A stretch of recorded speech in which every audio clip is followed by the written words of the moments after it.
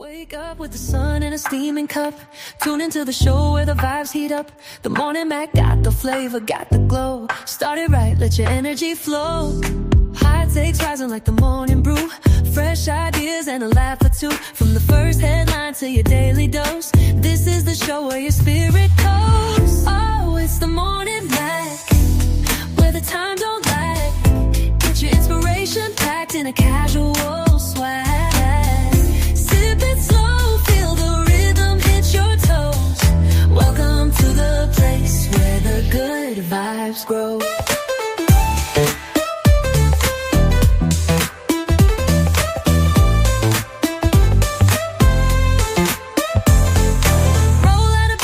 Dreams alive. The Mac got the groove, keeping you in stride. No snooze, just choose to wake up bold. This is your hour, let your story unfold. New ideas with the sunrise spark. Fuel for your fire when the world feels dark. Spinning the tracks of your mental glow. Every listen's a hit on the Morning Mac Show.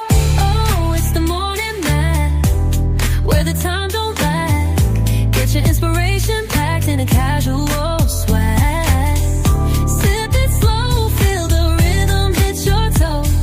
Welcome to the place where the good vibes grow.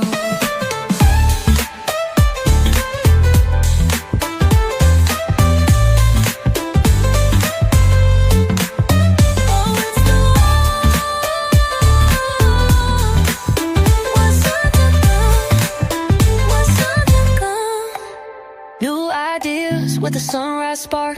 Fuel for your fire when the world feels dark. We're spinning the tracks of your mental glow. Every listen's a hit on the Morning Mac Show. Oh, it's the Morning Mac, where the time don't lag. Get your inspiration packed in a casual swag. Sip it slow, feel the rhythm hit your toes. Welcome to the place where the good vibes grow.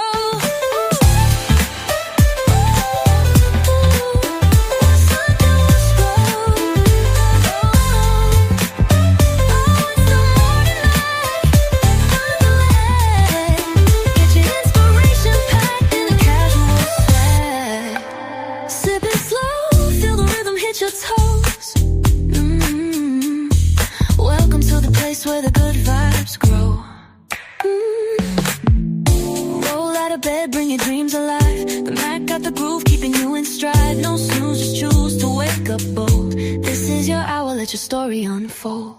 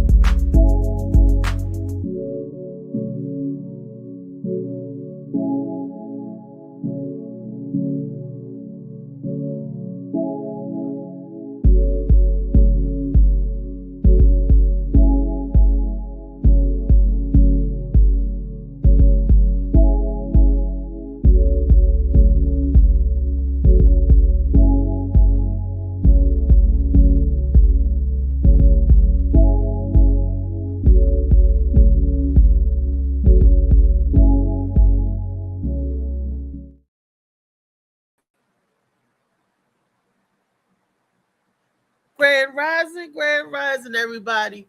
It is another beautiful day this morning because the sun is shining. It's amazing how the sun is shining so bright and beautiful, and not an inch of snow is melted because it's cold.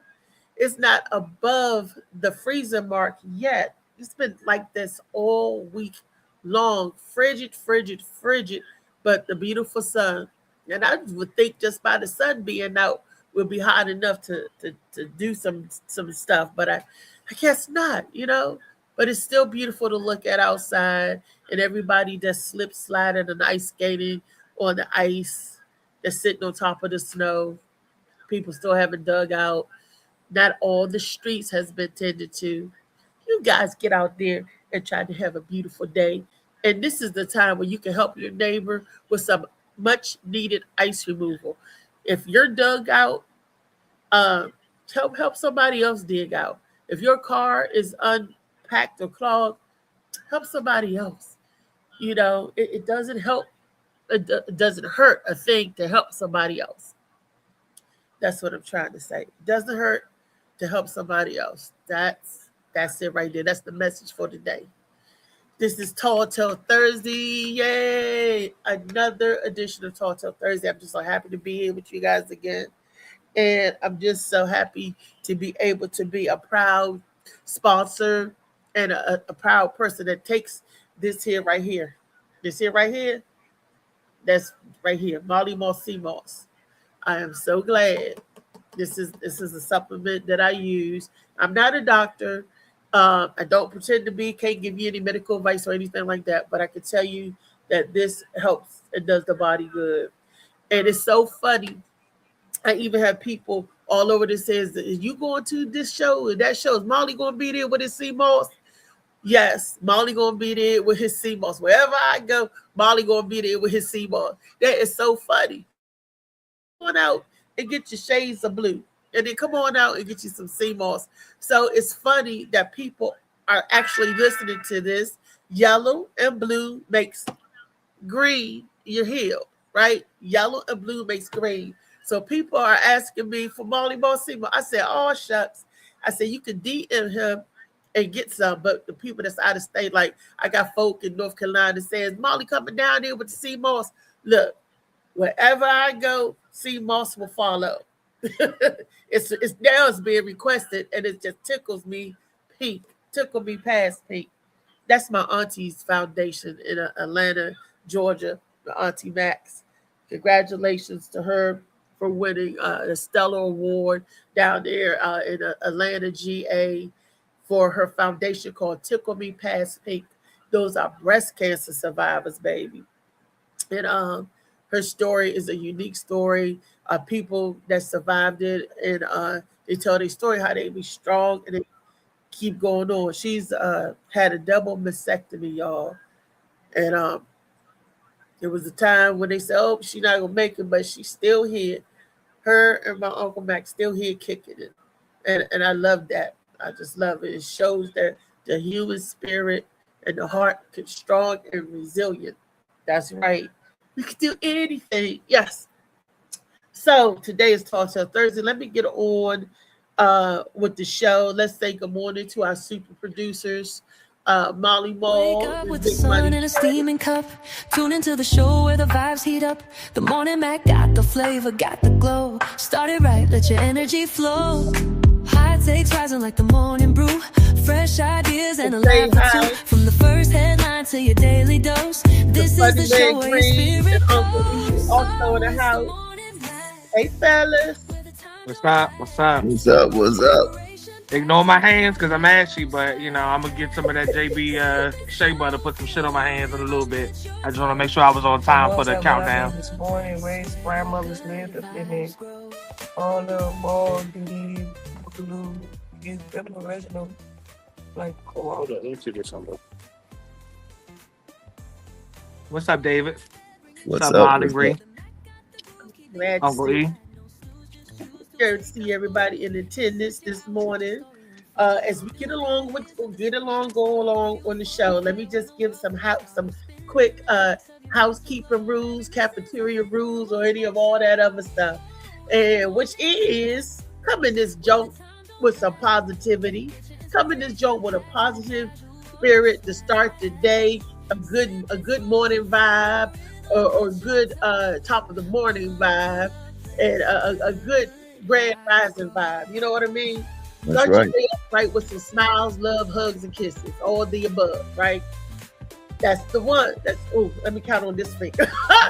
this stuff is hurting. Ooh. Positive attitude and energy. Boo, boo, boo. Yes. 2, respectful attitude and energy. Respect what everybody says. Everybody has an opinion. They are entitled to their own opinion, and no question is stupid, and no opinion is stupid. You're entitled to your own.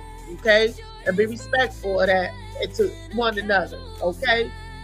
And 3, if you coming in after an hour late, like if you coming in, the show's over at 12:30 or 12:45 at latest, because we got started a little late.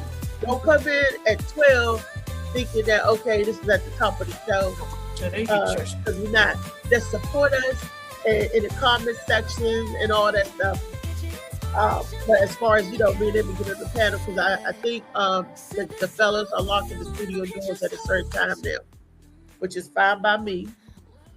A third, if you're advertising and you want something advertised for a whole week, we can advertise that joke for $5. That's just $1 a day. Y'all get in with the fellas and make sure they got what you want to advertise, and make sure y'all send them what they need to make it happen, and they will. But I just want y'all to know that we have to start charging for the advertisement placement. If you're on the show and you just talking about what you're doing, that's different. But if you're not on the show, we still advertise for you and promote whatever it is you got going on, and that for a nominal fee, that is. Everything going up, StreamYard going up, everything going up. So we trying to be able to keep everything going and to compete. We only have one sponsor. And sponsorship is available. If you want to be a sponsor of the Morning Mac Show, hey, that's what we talking. Trying to get some other small businesses to come in and sponsor. We talk about your business, what you got going all day, every day. The 2 commercial spots that we do for the show each and every day is Shades of Blue by AM Morning and Molly Moss Sea Moss by Molly Moll. We do that. That's our 2 product placements we have so far, and our one sponsor that we have every day of the show is Miss Misha Merritt. Please don't let her be alone. You guys come in and you could donate, sponsor, do whatever you like to do. But help is needed, and much gratitude would be appreciated. Okay? And if I forgot anything else, I'm pretty sure the fellas will remind me during the show. Nah, you did it just well. You fine. You got it. Just less explanation is the only thing I say. Just tell them what the price is. If they want it done, they're gonna get it done. If not, it's all good. What's up, Miss Angie Quick? I see you in here. Good morning. Hey. But you did it just fine. You got it. Okay. All You right. you already received mine, didn't you? My Cash App. Yes. Use the private chat. Oh, I was gonna say, if anything like any logistics, use the private chat. Communicate with me and Molly or whatever. Yeah, or we'll talk about it after the show. Yep. So, No, it's right there. what you say? Oh, No, he's in the phone. He's in the car with someone. So you just continue. I'm sorry. You okay? Okay. Let me make sure this, because I often look down because I'm looking at the show where my eyes can see it good. Understood. No problem. So I just want the people to say, like, she looking down, she not paying attention. Yes, I am. Yes, I am. Oh my goodness. I don't know what these daggone doctor's office think they doing at the beginning of the year.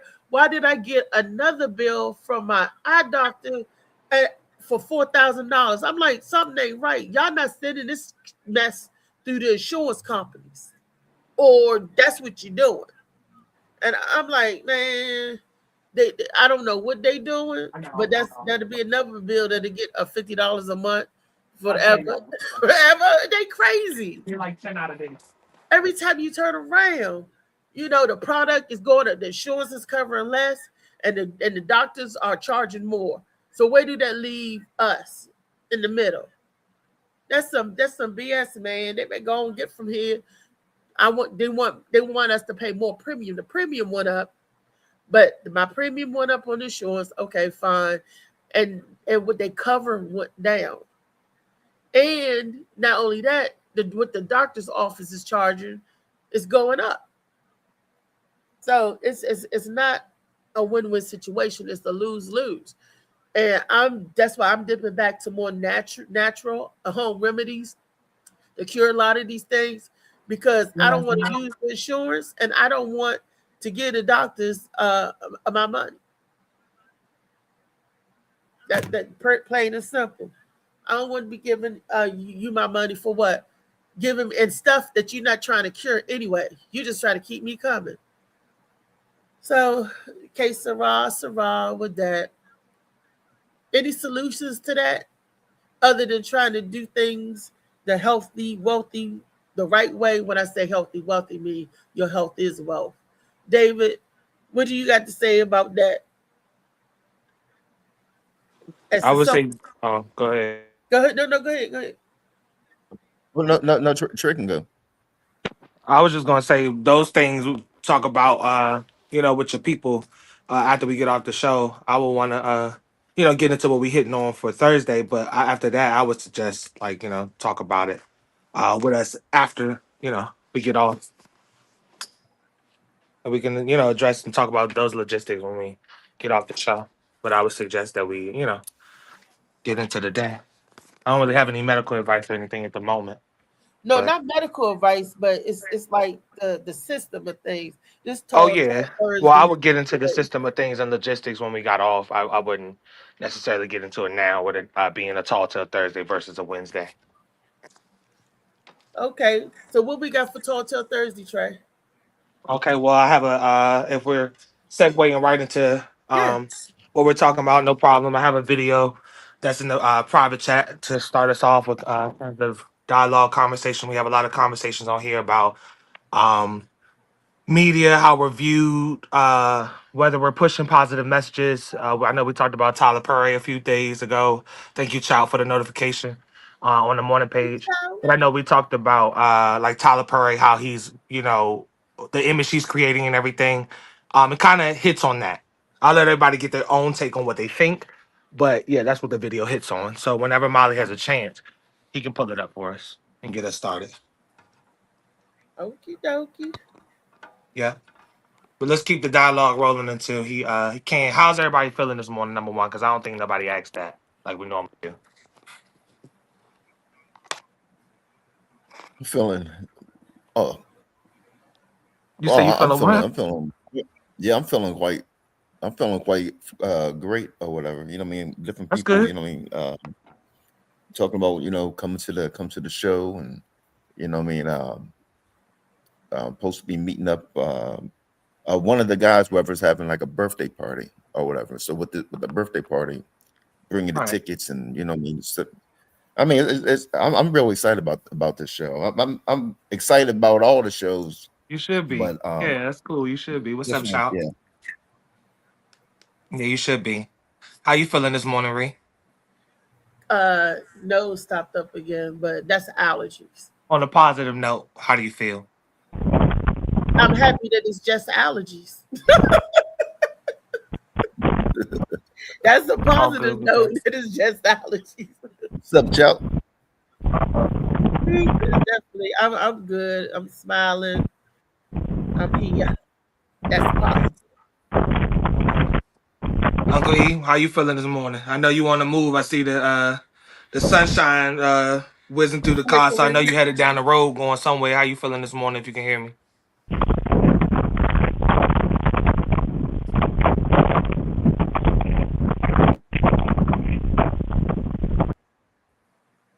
Oh, it must be feeling good. It must be Yeah, feeling I good. know he on the move. When he can tap back in, he'll tap back in. Molly, I don't know if you got the video for me. We can play that and get into that. Start the dialogue for this morning. How you feel, Molly? Yeah. What about you, Trey? I mean, I'm doing good. I wanted to get the people that was in here so far, like Chow and Matt and stuff. I wanted to get them rolling. I mean, thank you for asking. I mean, I'm feeling good. Things can be in disarray, and I still like at the end of the day just brush it off, take it for what it is, and try and move forward. So, no complaints about Right. anything. Yeah, no complaints about anything. I appreciate you asking. I do have the video up, so you can go ahead and play it, Molly. Real quick, hey, shout out, Chow. Thanks for hitting me up about the you know what I mean, how to do like the content and all that mess, and also, you know what I mean, man of your word. Thanks for doing that. It was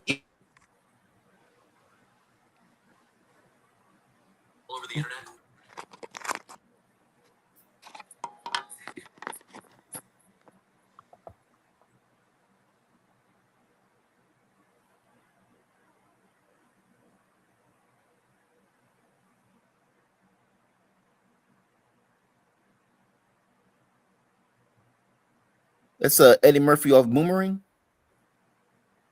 Can anybody hear Pretty it? decent at the box office. Hollywood wasn't very fond of this movie. It wasn't because the movie wasn't good or funny, because it was great and hilarious, actually. Hollywood did not like this movie because they referred to it as, and I quote, a reverse world, and that the film was highly unrealistic based on the cast and what they did for a living. In the movie, Eddie Murphy played a character named Marcus Graham, who was the top executive of a very successful marketing firm. Robin Givens was also an executive at that same firm. They wore suits, they drove nice cars, lived in penthouse apartments, highly professional and very well spoken. Nobody played the typical comedic relief side character when the hood or ghetto about this movie at all. This was a cast of black people in 1992, right in the middle of the hood movie epidemic.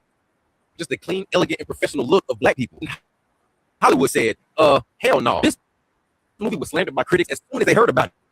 And despite it being a romantic comedy, Hollywood never really considered it as such. So while other white romantic comedies that came out around the same time, Boomerang pretty much got buried, which seemed to be a growing trend amongst other black rom-coms because none of them really seemed to gain the massive success that they probably deserve. Now, if you're black, especially if you grew up in the 90s, I'm almost certain that you've probably seen this movie at least 100 times. But outside of the community, I'm not sure if people really know about this movie. What's Hollywood's beef with seeing black people not acting fool for once? I ain't 100% sure. But that's the exact reason why to them, Boomerang will never be classified as what it truly is, which is one of the greatest rom-coms of all time. Eddie Murphy proved just how racist Hollywood still was, even in 1992.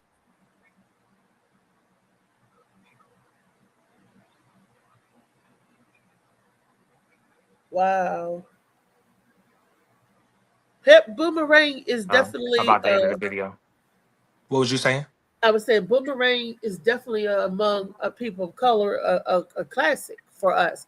Like he said, everybody I know saw Boomerang several times. That's one of the BET's go to certain movies that the BET played often, and one of those is Boomerang. I love that movie. I loved it because it did give comedy. It was a rom-com, romantic comedy. It had the satire, and it showed successful people. I loved it. I mean, everybody I knew loved the movie as well. Thought it was good. We got our bang for our bucks, you know. So, but they were saying Hollywood didn't like it.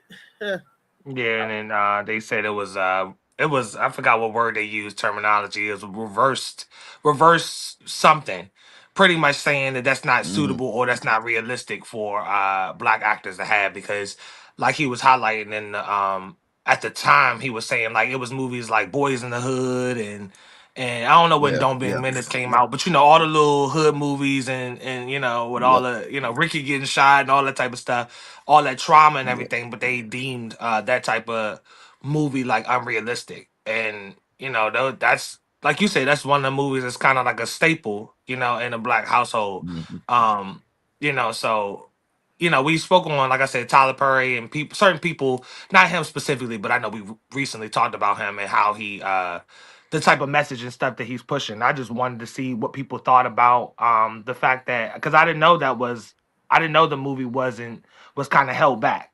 You know, I had it on DVD and Yeah, stuff too, but I thought it was like the perfect representation.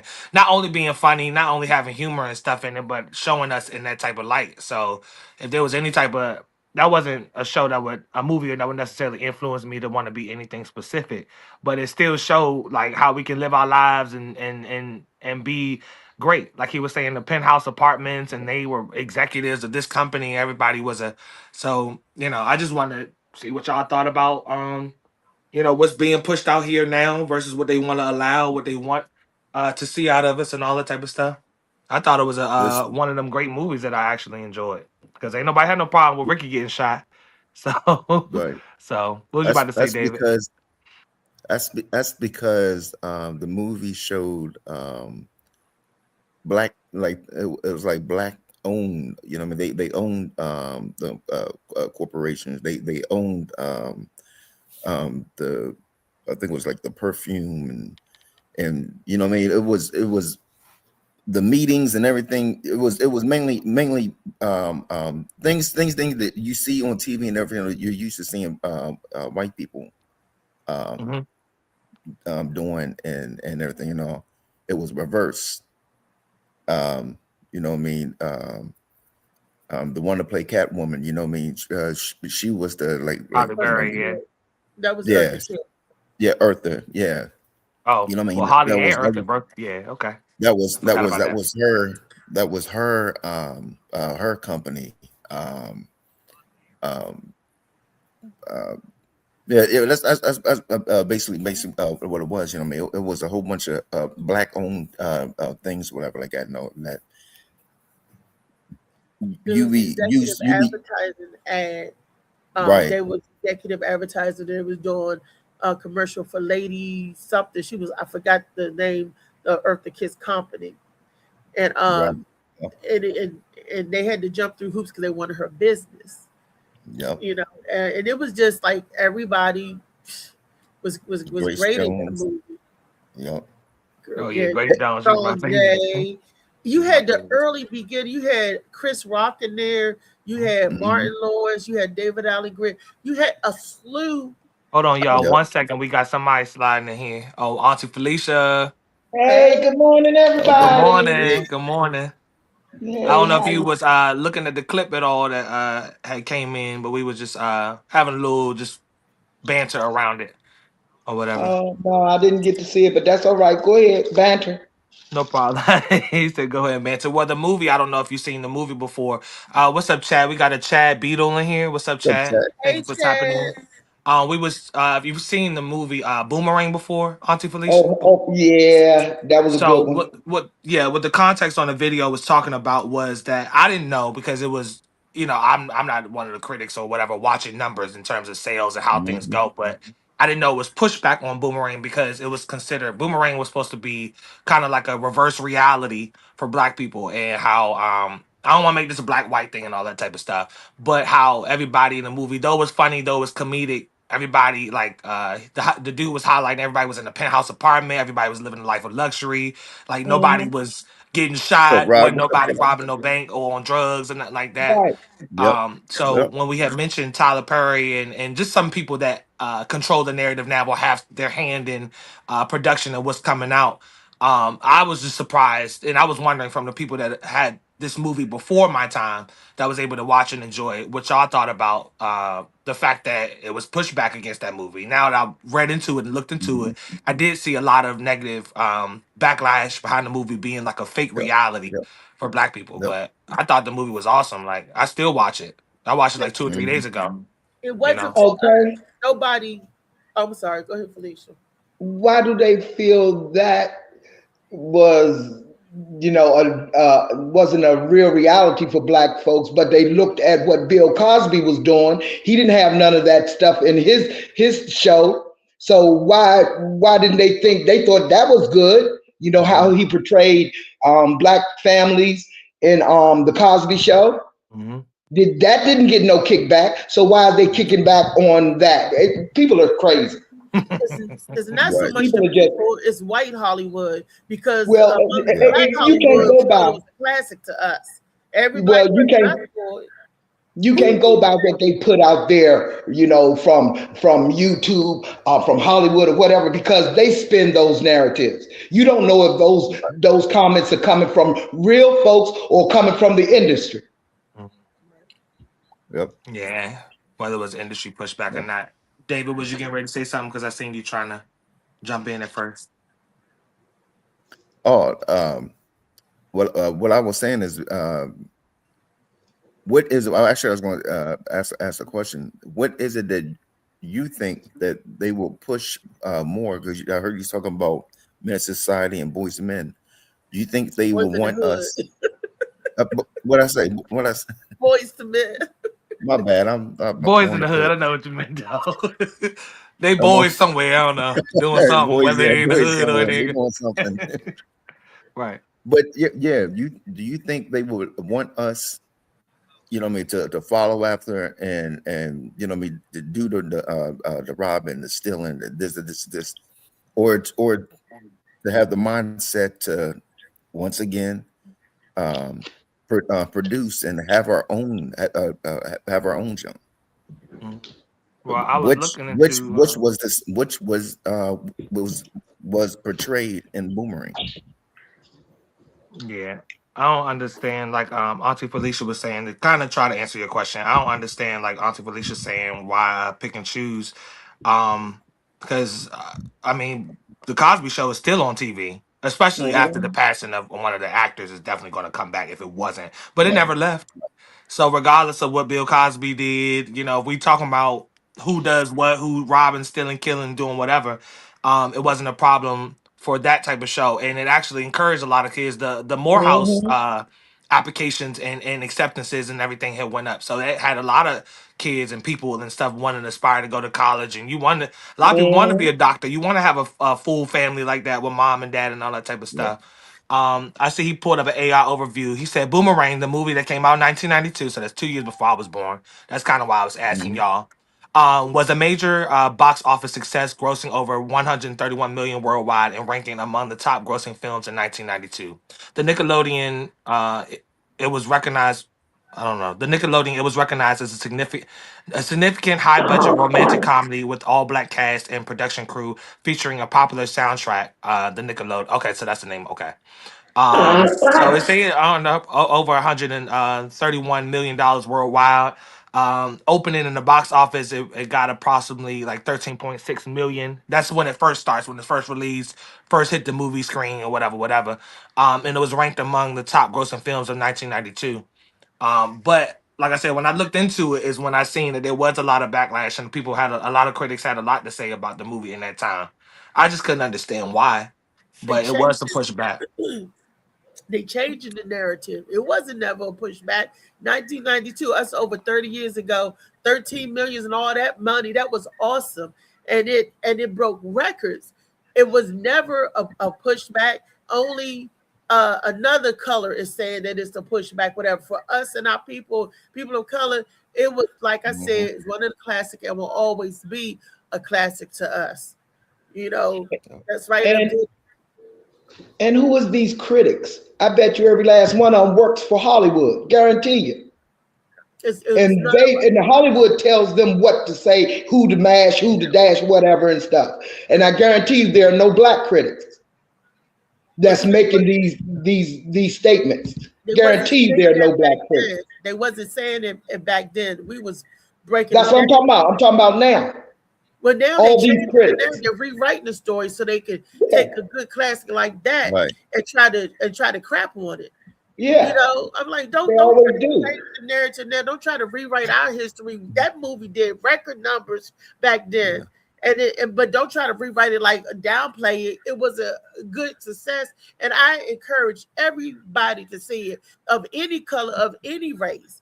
Period, to see it. It was a good movie. Nice was a good movie. Just like another movie, a sitcom that you was talking about back in the 80s and 90s that promoted good black people in a good light, Living Single. The black executive woman and a single woman doing that. You had A Different World, along with the Cosby Show, and we had In Living Color. We was doing stuff, and it was changing the narratives of Hollywood. That's history right there, because we was actually doing shows and record numbers, and it was actually changing a little something. That's history. Now they want to go back 30 years later and rewrite it, and like to try to say that our mark wasn't significant. That's BS. That and like I said back, like Trey said, the Cosby Show and Different World, that boomed children to go to college. Oh, I'm going to college because they wanted the college experience. They wanted to see. They wanted to talk about Hillman and they wanted to pledge, sorority, fraternity, all of that. They wanted to live the campus life. I mean, so don't crap on us and say that a different world supposed to be coming back. They're supposed to be bringing it back. It definitely will be a different world. But back to Boomerang. Did you know Boomerang wasn't going to happen because Eddie Murphy wanted John Witherspoon, and they did not want John Witherspoon. to the point where they was like, if you want John Witherspoon so bad, we're not even going to do the movie. Matter of fact, John Witherspoon didn't even have any lines. That was all improv. That was all improv. Oh, that was improv. They didn't write. Well, some stuff write itself. And John Witherspoon part was epic. I love it. I loved his part. I loved everybody's part. You know, to me, there was like no small part in that movie. Even to the little kids rolling their eyes. You know, it was like I said, it was one of those movies that you could sit back and watch over and over again, just like The Color Purple. You could sit back and watch certain movies over and over again. And that was a classic. 48 Hours. Boomerang was better than 48 Hours. The first one and the second one. Boomerang it's really up there. Yeah, that's a little opinionated. Well, no, let me tell you why. Because the other Hollywood say 48 Hours was a hit. Why? Because it was the most of the people in there was white. Eddie Murphy was just like the hero of the show and token. 48 Hours with Nick Nolte. Boomerang's better than that. Boomerang is a rom-com. 48 Hours is a action movie. That's the difference. Countdown said that's cap. He said but he also was leaving this. He was also leaving the sentiment towards it too. He said that's facts, Reese. I used to come in from selling that stuff, the little stuff, selling that stuff to watch a different world because that was a different world in my eyes. Yeah, it definitely has some influence. I know you had a Rod Uncensored in here, David, that said what's up to you, so he must be coming in here for you. Thank y'all for tapping in. Yeah, he's performing. He's the one going to be opening on the 20th. Yeah, that's what's up. Okay, that's what's up. I ain't mad at that at all. But yeah. So definitely. And like I said, it's a classic, and it will always be a classic to us. They just tried to rewrite the narrative to say that movie wasn't as epic as it was. Like I said, and that was 1992, over 30 years ago, and grossing that kind of money was phenomenal for that movie. Yes, it was history. I hate when they try to throw our history or rewrite it or erase it or whatever. Like, oh, that wasn't nothing. That's a significant impact. It was something. Reese, it probably was big numbers, but what they're probably trying to say was it probably wasn't as big as they wanted it. What they thought it was going to be. But what it grossed, they probably couldn't. It was like especially having David Alan Grier, Halle Berry. All of them people wasn't as who they are now, so it grossed more than what they thought it would do. That movie did exceptionally well. That's what I'm trying to say. Yeah, for that time. Yeah, but I think he was saying it was limited. All the critiques and stuff, and I was asking more so y'all because as we read on the AI overview, what's up, Miss Erlene? How you doing this morning? As we read on the AI overview that Molly pulled up, that movie was 2 years before me. A lot of these movies was like right when I was born, like a few years after I was born, or whatever, and I was able to consume it later. I was just wondering if y'all heard of any any backlash or any rebuttal behind it and everything. Because like I said, ain't nobody have a problem with Ricky getting shot. But it seemed like people was complaining about other stuff. So I was just wondering if for y'all era, if y'all heard anything like that, or if y'all, because I see a lot about TV shows and movies now, people talking more than ever online in terms of their opinion. This is really the time of opinions and stuff now. So people always have something to say when I'm looking in comment sections of different movies and things like that. So I'm talking about the movie Boomerang. I don't know what Reese is going to say, but I remember around that time, a lot of people was talking about blacks was against the movie because they said it was portraying being a sellout. No, because black people be equating success and not doing certain things as trying to be white and all that. Right. You're making white people the standard if you telling me something I'm doing is trying to be white when I'm black as hell. So I mean I'm with locks. So neither here nor there. No, I'm doing good. Miss Erling asks how everybody's doing in this weather. Hey, I'm getting in. Luckily I'm across the street, so I don't want to come to work, so I don't really have to go too far. But I'm Just still trying to stay off the ice. I don't ice skate, so I'm trying to stay off of that. I'm But still next. yeah. But I thought that was shit.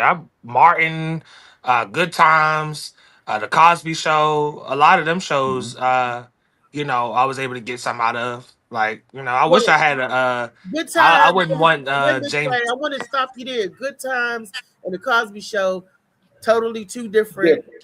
type of things. We're talking about showing black people in Successful black families. secession. The Hollywood wants to Yeah, but at portray the that same there are time, no. okay, so I'll explain. The reason why I brought up Good Times is because it shows people it shows how you can be in a negative light or a space that isn't that great and still have structure to it. Yeah, that's Like true. the fact Yeah, with the lady that played Florida, I can't remember her name off the top of Esther my head right Roll. now. Yeah, that's Esther okay. right. So Roll. she advocated for there to even be a black dad because she was gonna be a single mom in the show. There was Yeah, no dad. There was no dad. Imagine there was no dad gonna be put in it. So a lot of things they fought for that time, because a lot of people don't have to be necessarily in poverty or Right. in the hood. The movie that I'm speaking on is Boomerang. And the whatever supposed backlash or whatever came from Boomerang being a Yeah, reverse yeah. imagery for black people, Miss Erling. But no, when I say something about good times, that's because in times of diversity, you still seen the structure, you still seen the family love, you still seen Yes, the you did. discipline, Yeah, the yeah. loving of two parents in the same household, watching their kids, watching them grow up, trying to shoot for like the best that they can, get them. So just because y'all wasn't in a nice uh New York townhouse, whatever they was in the Cosby Show, doesn't mean that anything about Good Times wasn't. It was still, because a lot of people that is going through something, you ain't got to be in the hood, you ain't got to be down and out necessarily, but a lot of people can relate to not having resources and still making it work. That's the only right. reason why I mentioned Good Well, Times. see, that's where society, or that type of Hollywood want to see us Yeah, still in the exactly. hood, still struggling. We all know that there was a lot of two parent homes, but they don't. And when they say that this is a reverse, they talking about not the reverse of love and stuff. They were talking about socially and political reverse, to saying that we can't have nice things. Everything time they got a chance to get Right. something nice in good times or had something nice, it was always taken from them, and they were still Mhm. scratching and surviving. On Boomerang, they wasn't, the struggle part was gone. Now, still the family structure was still the family structure. That's universal, all that love. But what they was trying to say that was reversed, and like they trying to say that it was far fetched, is the people out of the ghetto, is the people in the penthouse. As long as you still in the ghetto and they still want to see us in the ghetto, it's cool, it's all right. The moment we get out and climb that ladder, that's the moment that they have a problem with black secession. Yep. Well, it's still That's a why I pushback liked it to regardless, Jefferson. because I don't want to take away from Good Times just because they was in the hood, because that would mean anybody I know that's in the hood just ain't worth discussing. If that's the case, I understand the comparison, and I brought up the video, so I definitely understand like what the video is trying to hit on. But like I was saying, being in that, even with, I'm talking about even behind the scenes stuff, the fact that Esther Roll had to push for a narrative like that. The fact that John Amos got removed from it because he wasn't standing for like some of the chucking and jiving, some of the stereotypes and stuff Mhm. they was trying to put on them. So it really, in my opinion, it's on both sides of the fence regardless. Because there's still somebody trying to tell you that the image you're trying to portray of what your people deal with on both sides of the fence is still incorrect. So the fact that John Amos and Esther Roll had all of that pushback behind basic stuff like having a family structure in there, not allowing them to, so anybody knows anything about the pushback with John Amos getting fired and all that type of stuff would know what I'm talking Yeah, about. yeah, I But know what you're talking. Miss Erling said we all now have I'm sorry, we all know how our family structure was, and we understood. Yeah, you know. What's up, you back with us? Yo, Yeah, the yo. volume keep going in What? and out. Yeah, something wrong. Riri, Marley, you can Nice hear if you don't me? mind, because my I sound can went hear out. Can you, anybody hear Marley. me? I Yeah, we Yeah, can appreciate hear it. you. Okay, traders Yeah. can't hear me then. What you talking about, man? Go ahead, Marley. Marley, what's your thoughts? I ain't know if y'all done moved on that. What y'all talking about? Still talking Boomerang about the still? Boomerang, and they was bringing up good times. Oh, I like all of them. Mhm. I don't know. I never heard that till now. The video Trey shit. So Mm. that's why I pulled Yeah, I up to never heard see. it either Like, until I now. always follow the money, and it just seemed like he just saying shit, because Mhm. white people love Eddie Murphy when I was growing up. Like all his movies and stuff always been a little different. But I just looked up Boomerang and the numbers. It showed they was the most grossing movie. They invested more money into the movie, and whenever time Nickelodeon got anything to do with it, that's white people. So it's like, why wouldn't white people want white people to come watch their movie that they invested $40 million into? So I just follow the money, and the money showed that them whites and blacks came together and got rich. And that's what we need to start doing at the bottom level. We need to start working together, because at the top, that's what they doing, and they putting these stories out there and these narratives to keep us entertained. Yeah. And I like it. But with Good Times and stuff, it did paint us in a better light, as a family structure, but it still kept us in the ghetto, because that's what a lot of people was going through. So when you was there, it made you feel like, oh, I'm not doing that bad. Shit, JJ and Michael going through it too. They in the hood as well. You see JJ get shot, you like, okay, because a couple of my friends got shot too. You see Michael trying to stay away from gangs and stuff. So it tried to help you out because you was going through some of them similar things. But I always wanted to see him get out. So when they came back with the cartoon, they was still in the damn hood. I thought they made it out, so They did make it out. They did make generations it out. later, they They made did it at out. the end. Yeah, Yeah, they but they made it At didn't out. the end. show us. Remember, They didn't show that. they Nah, did that's show it. See. They did show it. That's where it ended. I'm trying to Yeah, make. So what I'm It, saying, they didn't Hold on, show the hold on, house. hold God on. They didn't damn it, show the man. Lolly house. was initially talking. I don't know if anybody he was still talking. So we can get our Yeah, I don't points go out. where y'all go. Reed, I if you don't want to care hit how on the y'all feel aftermath. about it. But I just felt like when they came out with the new one, it just showed you, even when they made it out generations later, they would end up right back in the hood. It's a generational curse. You got to change the mindset. It's like moving kids from the hood now, and you move out Virginia, one of these nice areas, try to raise them out there, and you keep bringing them back, reminding them where you came from. They gonna want to live that lifestyle. But that's what I took from it. Y'all was back then. What were you saying? You said something about they got out, because you probably yeah. see the cartoon that came out recently with they With roaches grandkids. dancing around and shit. Yeah, No, I don't. So Let me say this. First of all, I never liked Good Times. I never okay. like. I didn't like Good Times. I didn't like Different Strokes. I didn't like none of these black what's it called these black shows, because it was a way up. Cosby Show was the only show that's supposed to have been the number one black family. It was so fake. Cosby Show was so fucking fake, don't make no damn sense. It's like the programming that y'all said that everything is going to be peachy and rosy was always bullshit to me. You know what I'm saying? Like, I used to always ask that question, like, why the fuck is they still locked up in the ghetto? But I see that the father was the only one working. So he was the only motherfucker who could pay for the rent. The mother wasn't doing shit but laying on her ass. You know what I'm saying? Doing some motherfucker donation work and all this shit. Ain't bringing no money in the household.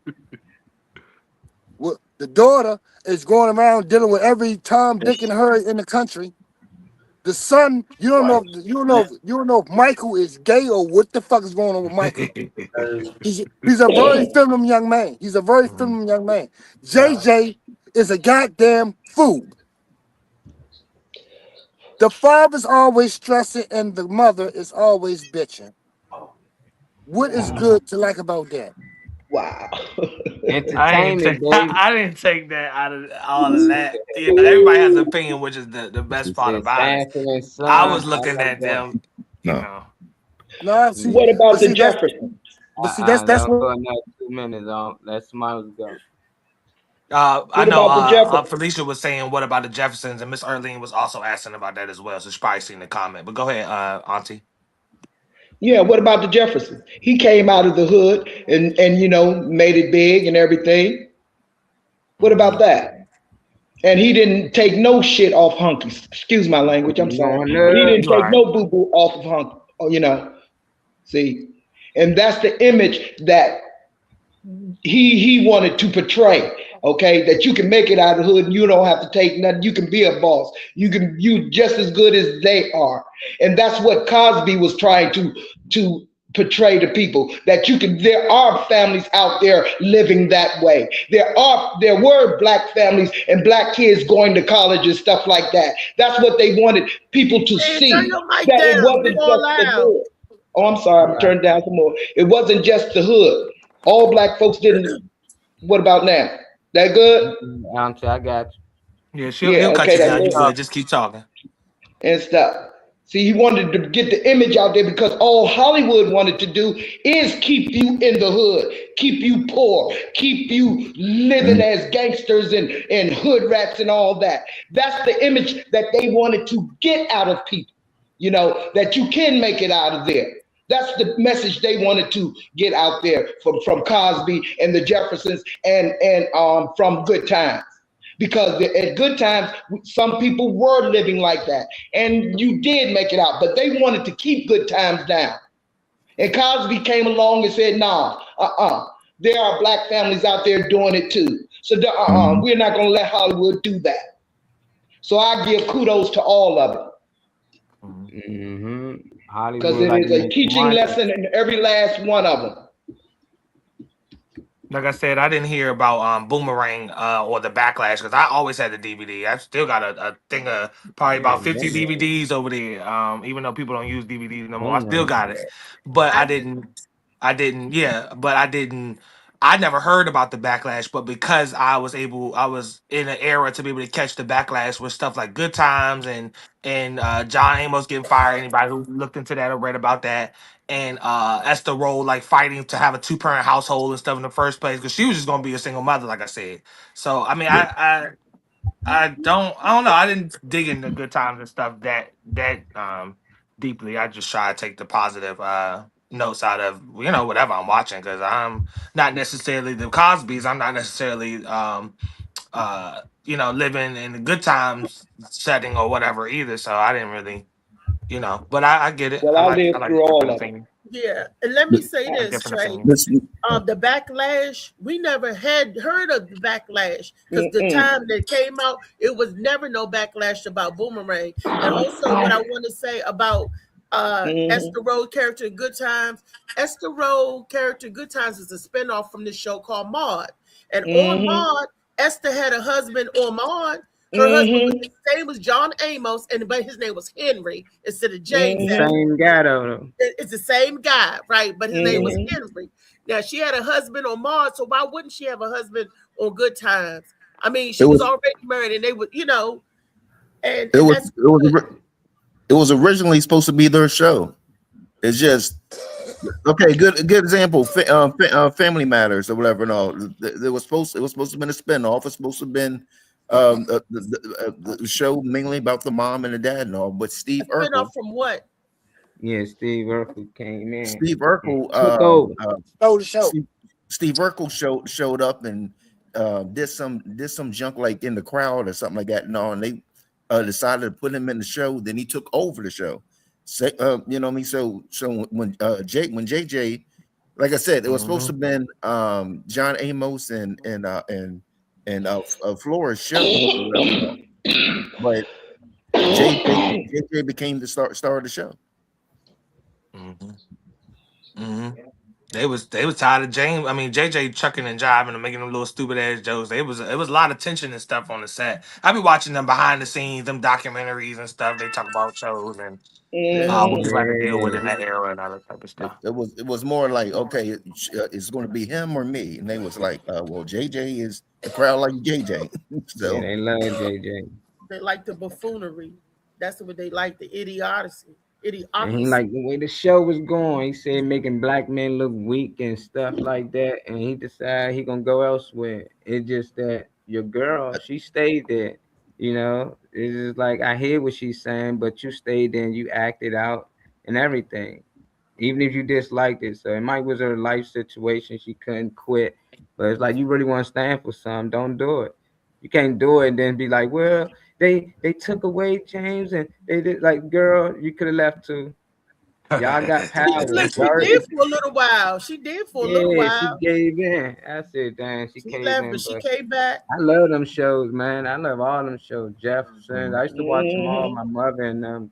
Wake up to it, go to sleep to it. It's like I wish them shows were still around, but today's time people like our comedians and stuff, like they can redo like a Sanford and Son with two of our upcoming comedians or big time comedians today. They don't work together, They like they tried to used to. redo the Sanford and Son. They did the clean slate, but I don't think with George Wallace and what's that lady that had But all them got credit to a the white man, right? Anyway, so it's just like I don't see it really being a racial thing too much. It's just like they was finding ways to make money, and they just constantly kept writing things. But if they can find an all white cast, they can do something similar. Yeah, they try to have both shows and give you an option to pick. But I just be like, I just follow the money. They ain't own them shows. They was getting paid from the same people they complaining about. So it's just like, man. I can't wait. We need to make some shows, man. We need to make some shows, pitch it to them, Right. and make some What? money. It can be done. They That's break what all they my doing. stuff up, They and making then the that system money. break. That's what I said. Open it up. Pull it hard. Mhm. The Hey, colors Hey, made more Miss money. Felicia. Yeah. Yeah. Oh, hold on. Let me go Hey, sit down. ain't it What's crazy up, for Ain't it crazy for what we know now about Bill Cosby? Bill Cosby show. bro? Bill Cosby show. No, no, it is not. No, Leave Steve, Bill no, it is alone. not. No, He what do put you mean? No, about see, he's an no, no, entertainer. no, no, Y'all no, no, forget no. I'm these saying, people. his character is a pussy doctor. Say what? Second. Looking. Oh. Uh-huh. Well, that was right up his alley, don't you think? That was right up his alley. That's probably why he wrote it. He was Oh throwing Probably his why hat. he Like wrote it. and he Bill knew he Cosby needed did an not. attorney. So Yeah, You he know. need a family full of smart people. Keep them out. Mhm. but this was the first that I heard that they was trying to I'm pretty sure it was some debunk people back Boomerang. then that was hating on the movie back then. It probably was some people. That's all times. It's gonna be a group of people that just Yeah. hating and dislike it. But for majority of America, they loved it. Whites, black, Exactly. Mhm. they both loved it. How you gonna hate a success? That's Mhm. crazy. How you gonna hate a success? People are crazy. Mhm. They crazy. When you become a success, now you're a sellout. And they've always did that. They even I said didn't that hear shit that back from in my the people Yeah. '70s though. and '80s. Every I, time somebody made it out, No, you're a sellout. Yeah, Well, Dick Gregory. I don't know how much older you are to me, but when I was younger, because I'm a big Eddie Murphy fan. You know what I mean? I watched Pluto Nash, all that, and a lot of people in school they was like, "Oh, Boomerang's a sellout." mhm. Mm, who said the yeah. kids? I mean, in Yeah, '92, how old was you in '92, David? I don't know. Sure you do. I mean, without like knowing the number off the top of his head is what he's trying to say. What I'm Yeah, saying, I are I these need to junior talk high to him. school kids saying this, or just kids just saying stuff? Because, like I said, in the critics, the news, the money, like Molly said, we follow the money. We don't follow Yeah. Right, a bunch of right, yeah. kids saying that it's just sell out. Kids, we used to say a whole bunch of stuff. Kids would just say that. We used to say, "You a sellout. If you sell out, you got to get the hell out." We used to say stuff. Just Okay. to say that. What Right, made The right. money Real, didn't say real that. what quick. made I see Uncle E. Hold on, real quick, y'all. Uncle E, unmuted his mic. I know you want to say something. You want to go ahead and say what you was gonna say? Cause I seen you waving your hand. What's up, Alan? I just wanted somebody. I didn't hear what the backlash was. Could somebody say what the backlash was? Well, no, the video itself. I brought the video up because it was before my time. It was in 1992. So movies I might be growing up to, there might be a whole nother notion around certain things that I'm seeing later on. Like when I reach an age to actually be able to understand what's happening or be entertained or even want to watch it. So it was more so for the older crowd or anybody with a little age significance on me to tell me if they've seen anything. And it was for a couple of different reasons. Because why? That I supported the video a little bit not knowing. I supported it because I see black people all the time. If you not out there crip walking and gang banging and shit, then you a sellout. If you're not like Right. doing Yep. following certain things, you could be a sellout or trying to be white. So it's not like I don't hear these things and haven't heard them Right. before. But with the with Good Times, how they had stuff behind the structure of it and how they wanted them to write it and haven't. So I wanted to ask the older crowd or people that may have had time with that movie or entertainment like that, if it was pretty much if it was true, if there was any type of backlash behind it, because I always loved the movie. I never heard anybody say it, Yeah. but I wanted to bring it to y'all to see if just if y'all heard any negative anything around it. And You it know? was the movie Boomerang. It was trying to say No, Boomerang. I've never heard nothing negative about it. It's one of the shit. It's a hell of a goddamn movie. It Yeah. is, yeah. Definitely a hell of a goddamn movie. It said a lot. There was a whole lot in that movie. A whole lot in that movie. Like I said, like I don't know, like people go to watch movies and don't even really know what the damn movie about. That's true. Then they make comments about the movie. You don't even know what the damn movie about because you just watching. You ain't even trying to see what see what the message that the writer's trying to display. Like you're not even paying attention. You just want to watch it. You be like, oh, was it a good movie? Yeah. What was it about? Oh, it was this crazy bitch chasing this dude around the movie all night. And and she never caught him. Wow. That's the most you got out of that. I see what you're saying. What from Boomerang? No, he's just giving an example. He ain't That's giving what he's an saying. example. That how people, That's generally don't receive a message in the movie. Right. You just watch. You like you watching the movie. You really not paying attention to the movie. You really not in it. You know what I'm saying? And like you'll miss the whole concept of the movie. Like a lot of these movies, it might seem like one thing. The plot where they talk about the plot twist. The movies with the plot twist. Those are some of the best movies because the movie plays with your brain. Right. Yeah. But guess what? A lot of people won't understand the movie, man. That movie is stupid as shit. Man, they had 3-4 different stories in one movie. No, they was telling you the mental state of the individual in 4 different ways. For Right. everybody to try and understand. This is how a psychopath thinks. But like I said, a lot of people miss the whole point of the movie. They go see the movie and be so caught up for some of the things that happen in the movie. Like I bet you they could tell you Eddie Murphy was fucking with all these different females, right? But then they can't really tell you nothing else. I feel you on that. I got a few comments that I'm gonna hit on first, and then I got another video that's queued up for y'all already. Miss Erlene said, "Have you ever? I'm sorry. Have you all realized that we are the most innovative, creative, and talented people? And Caucasians always try to find a way. And just like Caucasians in NWA's movie with Eazy-E, that they try to like reshape the narrative. Pretty much is what she's saying.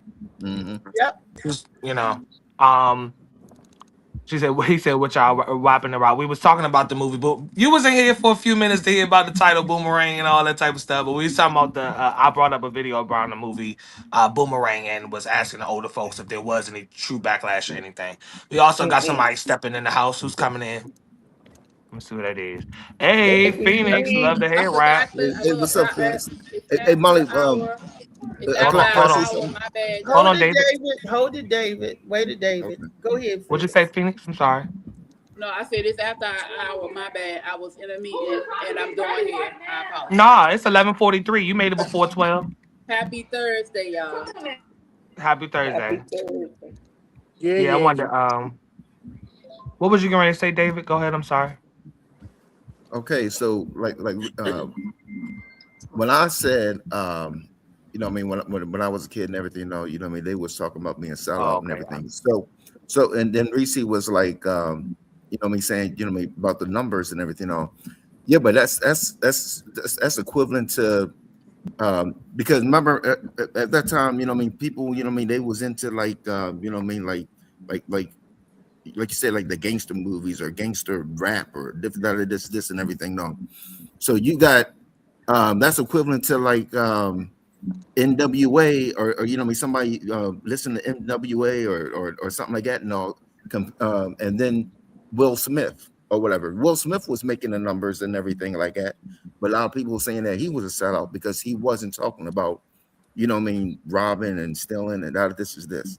You understand what I'm saying?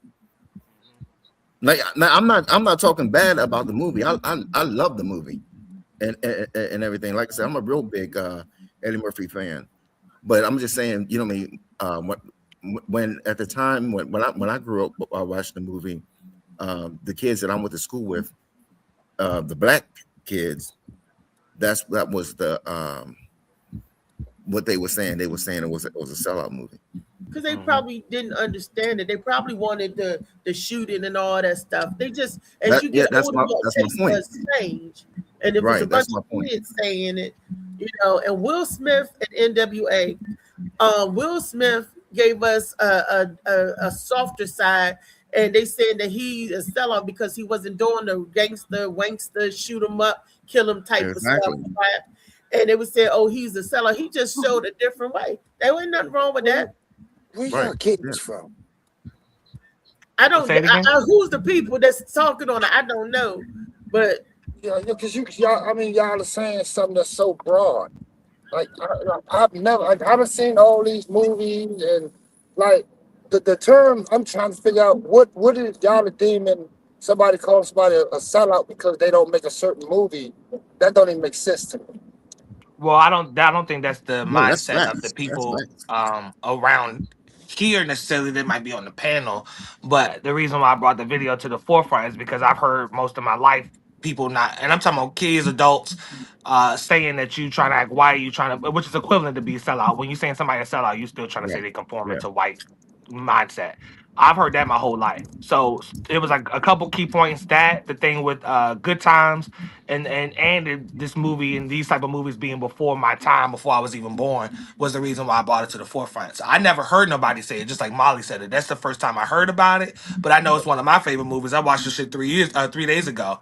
So I was wondering, just taking it back to a time that I wasn't in, if people can speak on what they might have seen or anything from it. If they any movies of success, anything, because I see people use certain dialogue, so I wonder, that's all it was. But if anybody else have any sentiments on it on this before we move to the next video, anybody want to say anything? No, anybody? You good? But I'll comment on the next one. Okay, no problem. All good. I do have a video that's queued up. So Molly, whenever you get a second, you can queue that up for me. We can get it to the second one.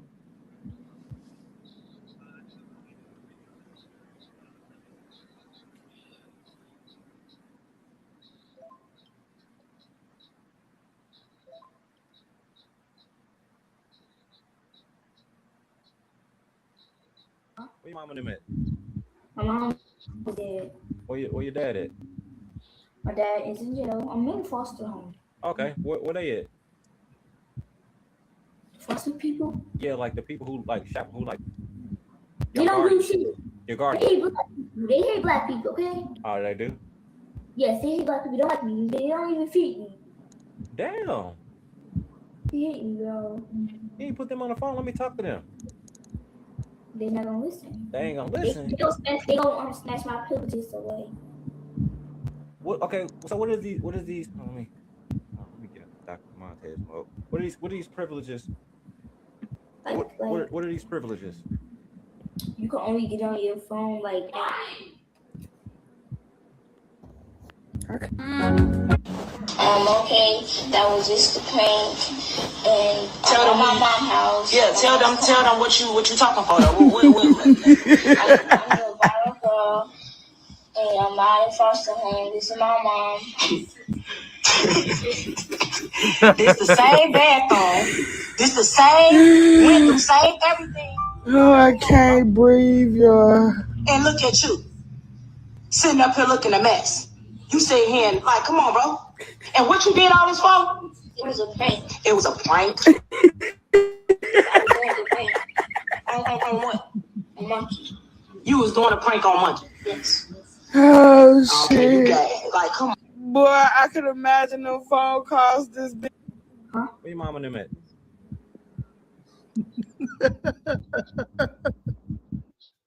Oh shoot!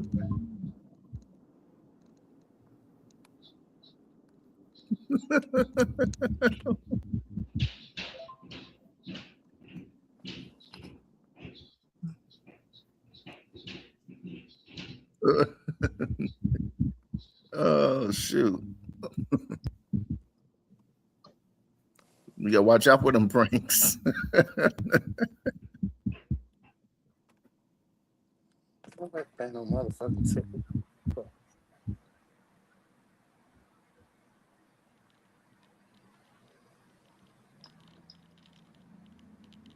My mic not working and stuff. We didn't hear you. We waiting. No, I'm saying, is anybody talking? I can't hear nothing. Yeah. I just came back in. No, go ahead. Oh, only thing I said is you gotta watch out for them pranks. What was the question for this video, Trey? It didn't. I mean, it didn't necessarily have to be.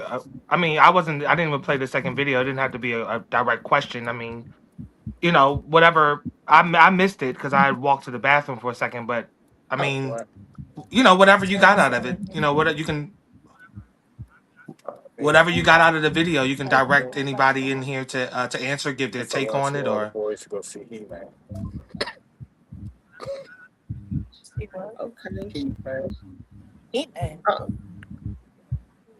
Well, what did y'all? Does the video need to be replayed?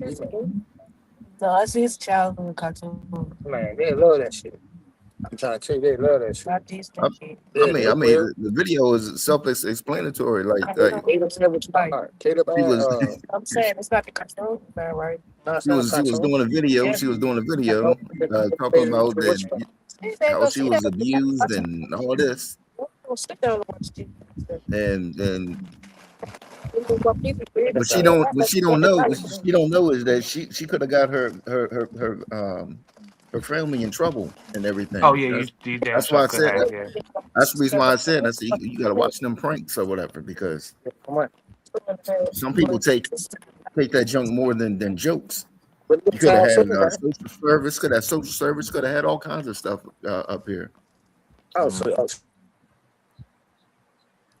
Wait, Alan said, like, when my 10-year-old plays games online, I tell him to lie about his address, even his state. Yeah, I would hope there wouldn't be no reason why anybody would be asking him any private. But y'all gotta watch y'all kids when it comes to anything what they doing with social media that they doing outside of your.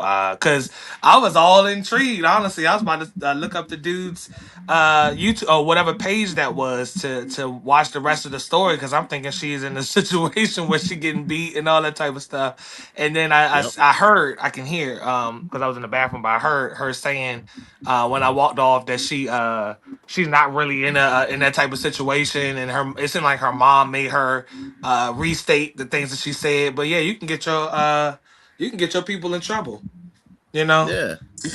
Yeah, I know. I remember I called the police on my mom one time. She beat the shit out of my ass. I called the police on her and all that. Try to act like I ain't call them and shit. And they outside, is everything okay? No, I didn't call nobody.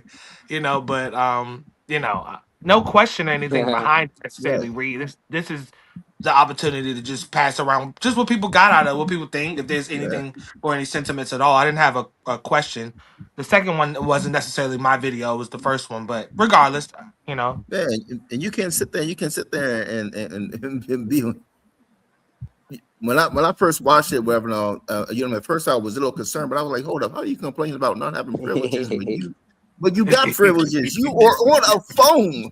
Yeah, you on a phone on a like a stream. Doing your hair and everything. Like it wasn't like the hair was all nappy and you doing your edges and everything. I was trying to figure out what was wrong with somebody, you know, talking about they ain't got privileges, but you laying your edges down. Clean.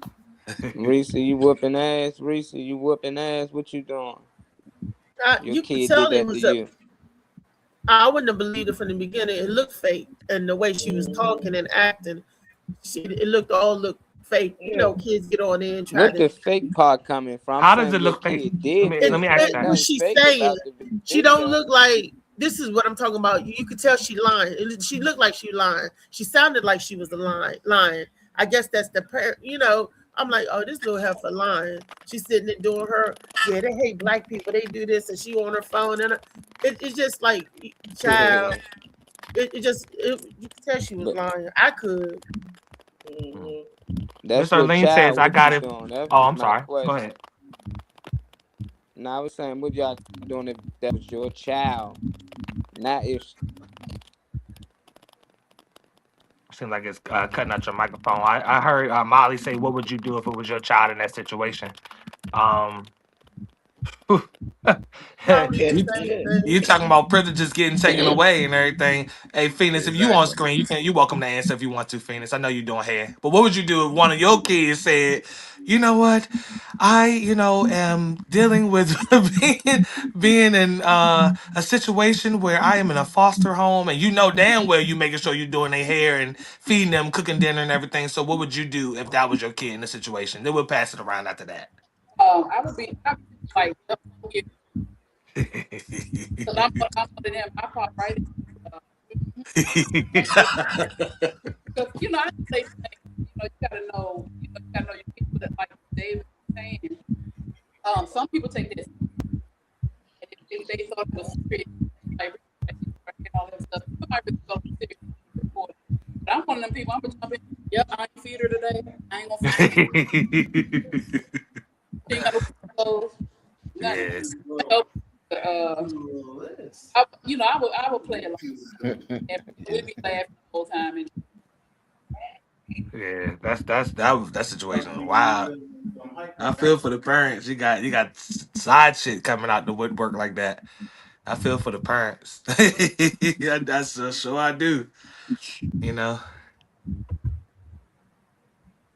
Reese, if Tyree did that shit to your ass, what would you do as a parent if he was on somebody's phone talking about something? He was in a foster care system and then afraid that if he got caught speaking on some things or getting out of turn that he would that he would get his phone privileges and his his privileges taken away. How would you handle that if you figure that out? He would definitely get punished, and I would make him call the person back to apologize for playing and pranking, for telling lies. And you can look at that joke and see he wasn't getting nothing taken away from him. So that was a girl. I mean, I'm talking about Tyree. If you do, if Tyree, and she online, to the world can see it. If the world can see it, ain't like no one-on-one phone call. I see Molly talking. I gotta refresh because I can't hear him. I'll come back. I would ask him to go up there on live and apologize, and then we would do a video and stuff that he do got. So how about this? And then, or you want to say you ain't got to donate your stuff, donate your games and all that stuff. Abusive household where they hate black people. What's up, Miss Her? She said she played a lot of games, but that's not one of them. What up, AQ? Happy Thursday. No, we pranked. But we called on the phone and pretend to be other people and stuff like that. We didn't have us in the prank. We wouldn't. Is your parents home? No, they not home. Is it?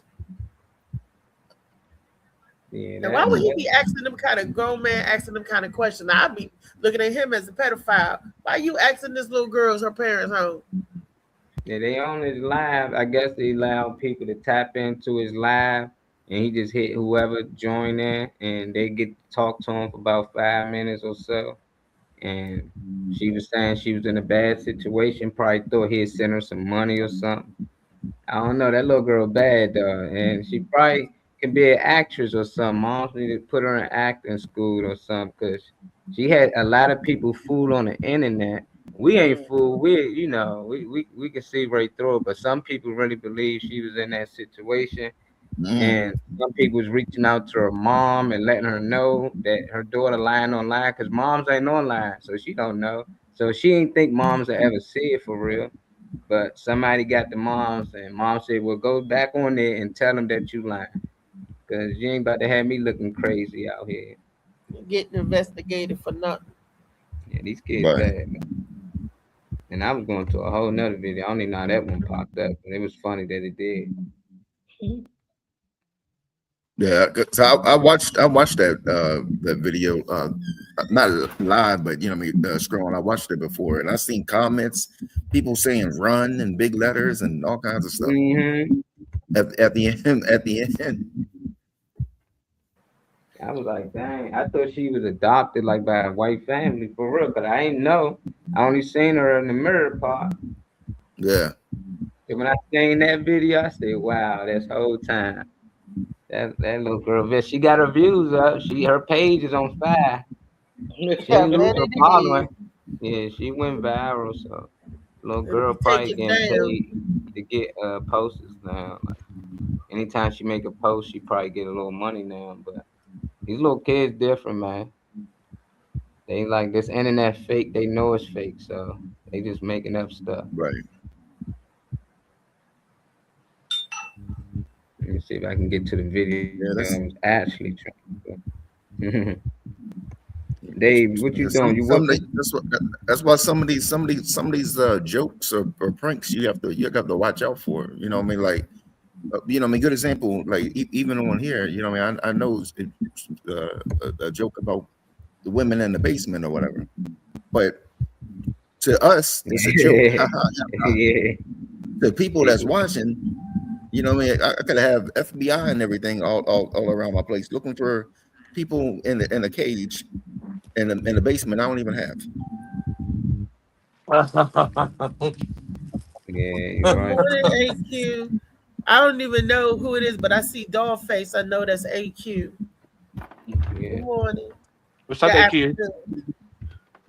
I'm gonna see this next video actually pull up this the original one that I was trying to see. This guy was saying he know why, men. What? Uh-oh. This is why men and women misunderstand each other. I want to know. Yeah, I want to know if y'all agree or disagree on how he think this is why. We start with you too, Reese. You said why? You want to know? But this Okay. is I'm good. A woman never tell you what she's thinking. She only tells you what she's feeling. And a man doesn't tell you what he's feeling. He only tells you. Did it go out? It started. Never tell you what she's thinking. She tells you what she's feeling. And a man doesn't tell you what he's feeling. He only tells you what he's thinking. That's why they're always arguing, because they think they're listening to each other. So when a woman says to you, get out, don't come back, don't leave.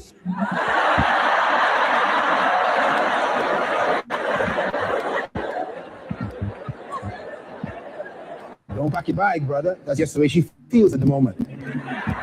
If you leave, she'll kill you.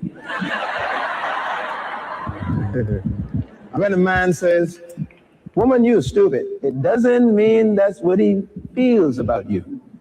That's what he calculated and he analyzed for the moment, at the present condition, that you seem to be acting a little stupid. So he doesn't mean that you are a stupid creature.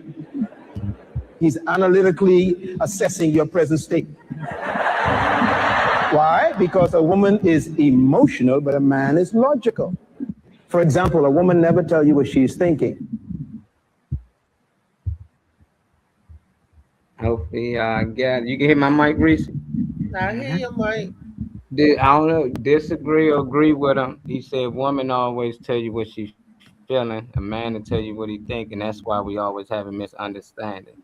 What's your thoughts on it, what he said in the clip? My thoughts and my opinion on it is maybe that was the case back in the days, but the way these people are nowadays, it's totally the opposite. It's like we switch places, sort of like trading places. They switch energy. A lot of that energy is transformed. So it's a lot of that energy nowadays. Like I said, growing up, you saw a lot of that and everything. But nowadays, nope. It's just the same. Men are emotional, maybe more emotional. Men get emotional, stab up his whole family. Men get emotional. They just act out differently than they used to do in the past. That's they show their emotions too, and that's because society is telling them, show your emotions. Go ahead, it's okay. Do this, do that, and the same people that said Boomerang wasn't a good movie, it didn't do numbers, is the same people that say, show your emotions. Go ahead, act up, do this, do that. So, hey, that's my opinion. Okay. What about you, Weedy? Did you hear Reese. So you disagree? Yeah, that used to be. How old is that? Because it used to be when the time that he's speaking of. Yeah, it used to be, but nowadays, 2026, it's not like that. So I agree and disagree. I agree that once upon a time it was like that, but once upon a time in the time called now, it's not always like that. It's a lot of men going around with feminine energy, and we already said that because of the pesticides and the foods and stuff that we eat and the drugs that they're giving them are making them more emotional. We already knew that part. That we're talking about nowadays. 20 years ago might have been something different, but 2026, it is what it is.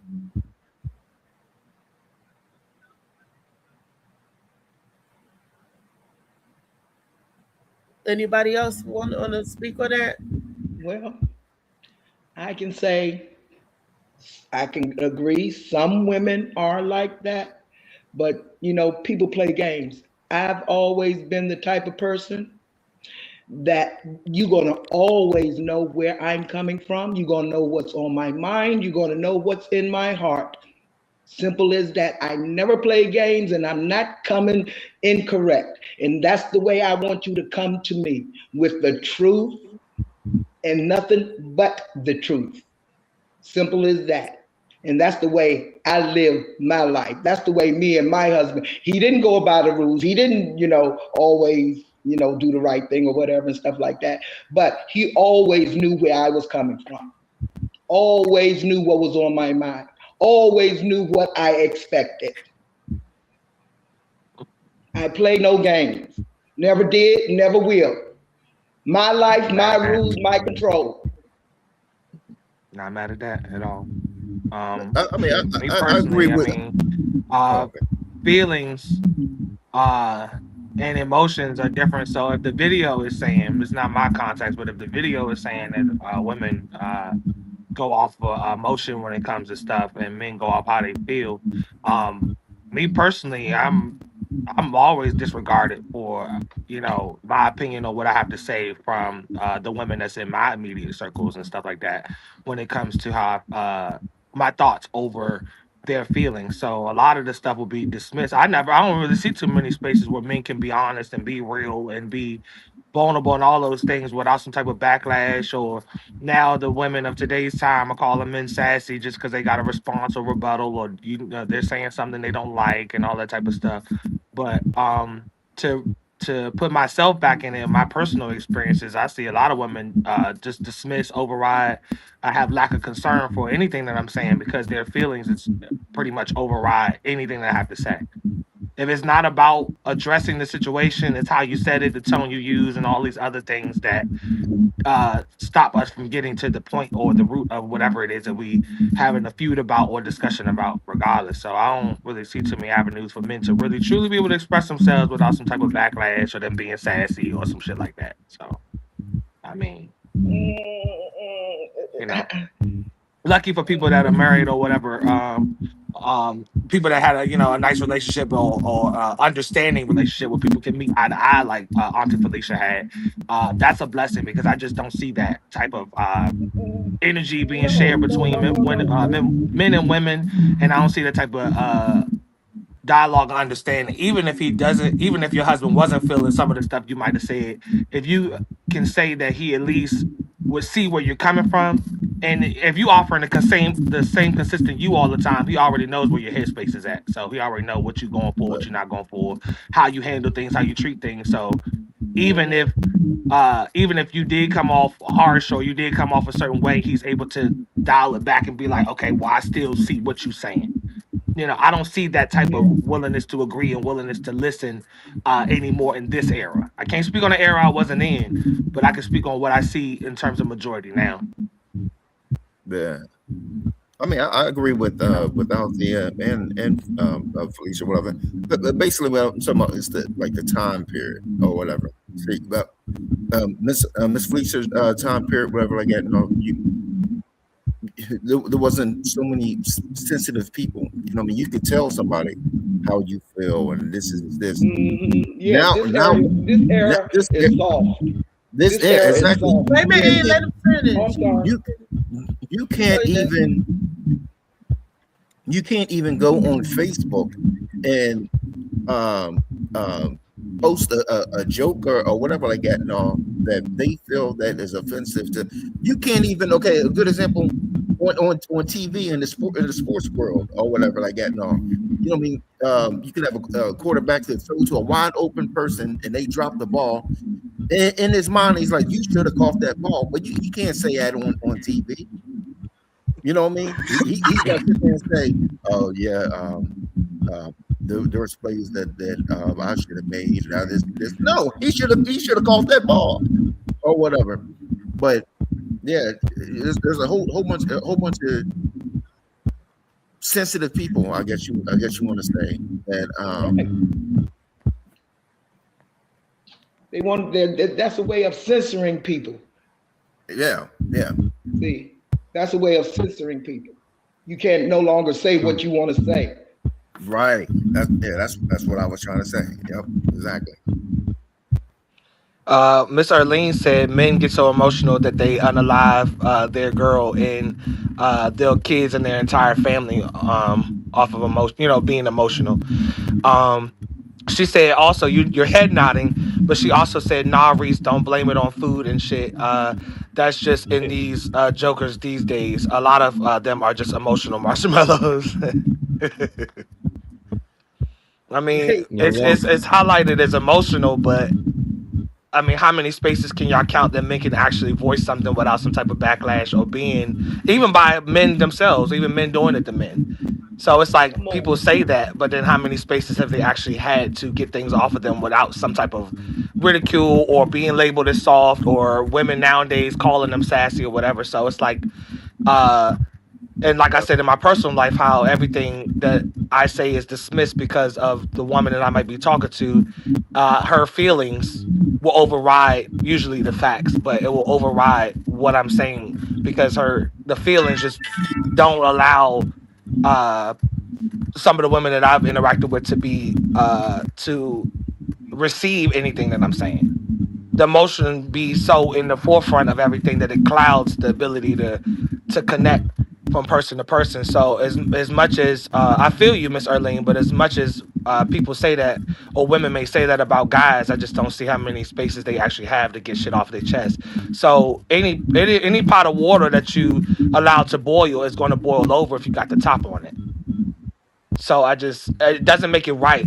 It doesn't make nothing about it right. But I just wonder how many spaces men have to actually get stuff off of them.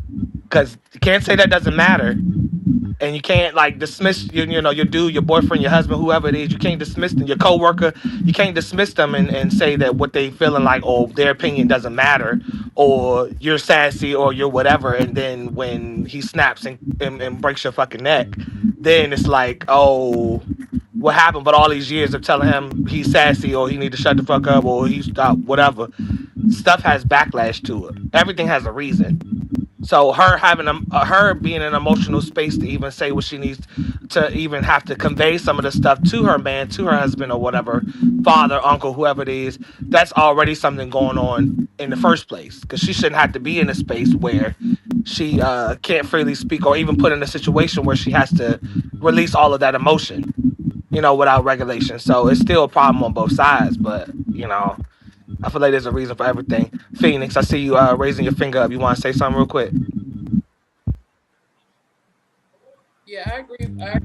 But also, I don't know if it was said coming in, but we got to regulate our. Yes. As women, yes, if you're go to him for certain things, like he should be able to go to certain things, but before you get there, get yourself together. Check yourself.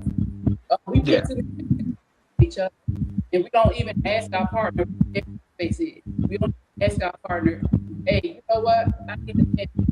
You are in a good space, or I want to vent. I don't give me advice. I just need to let go. I'm okay with that. And like when Trey was saying, that goes for men too. And a lot of times we say that we need that space. Why is it that we won't give them that space? And like Trey was just saying, you go and say, well, you with him. What that mean? Yeah. So y'all might as well be in a lesbian relationship if you know you still dealing with that man that's giving all these feminine traits, but you still fucking them, still in the house with them, still all that other stuff.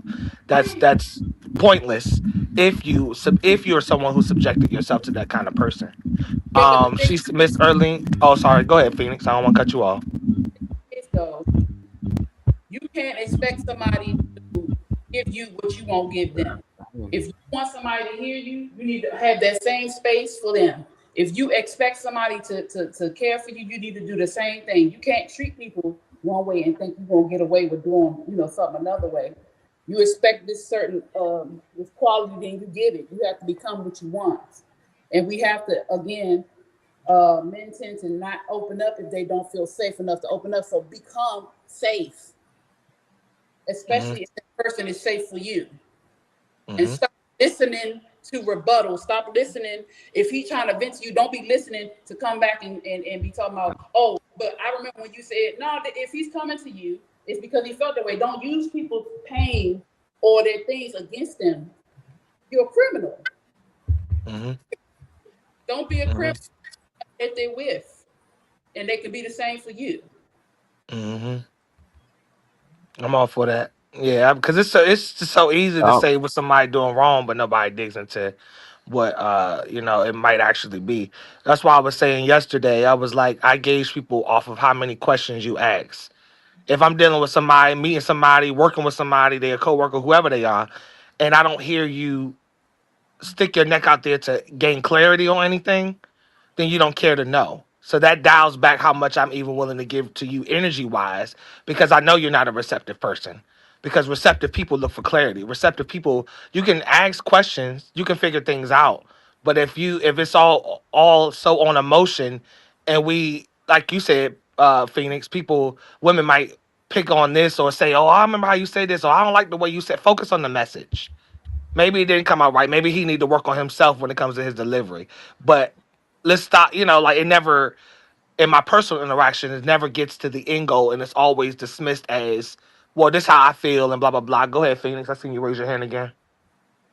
And like you said, focus on the message. So even though it may come a little harsh, listen to what's being said, and the conversation about delivery can be done later, not in the moment. Learn to come back to things. You know what, babe?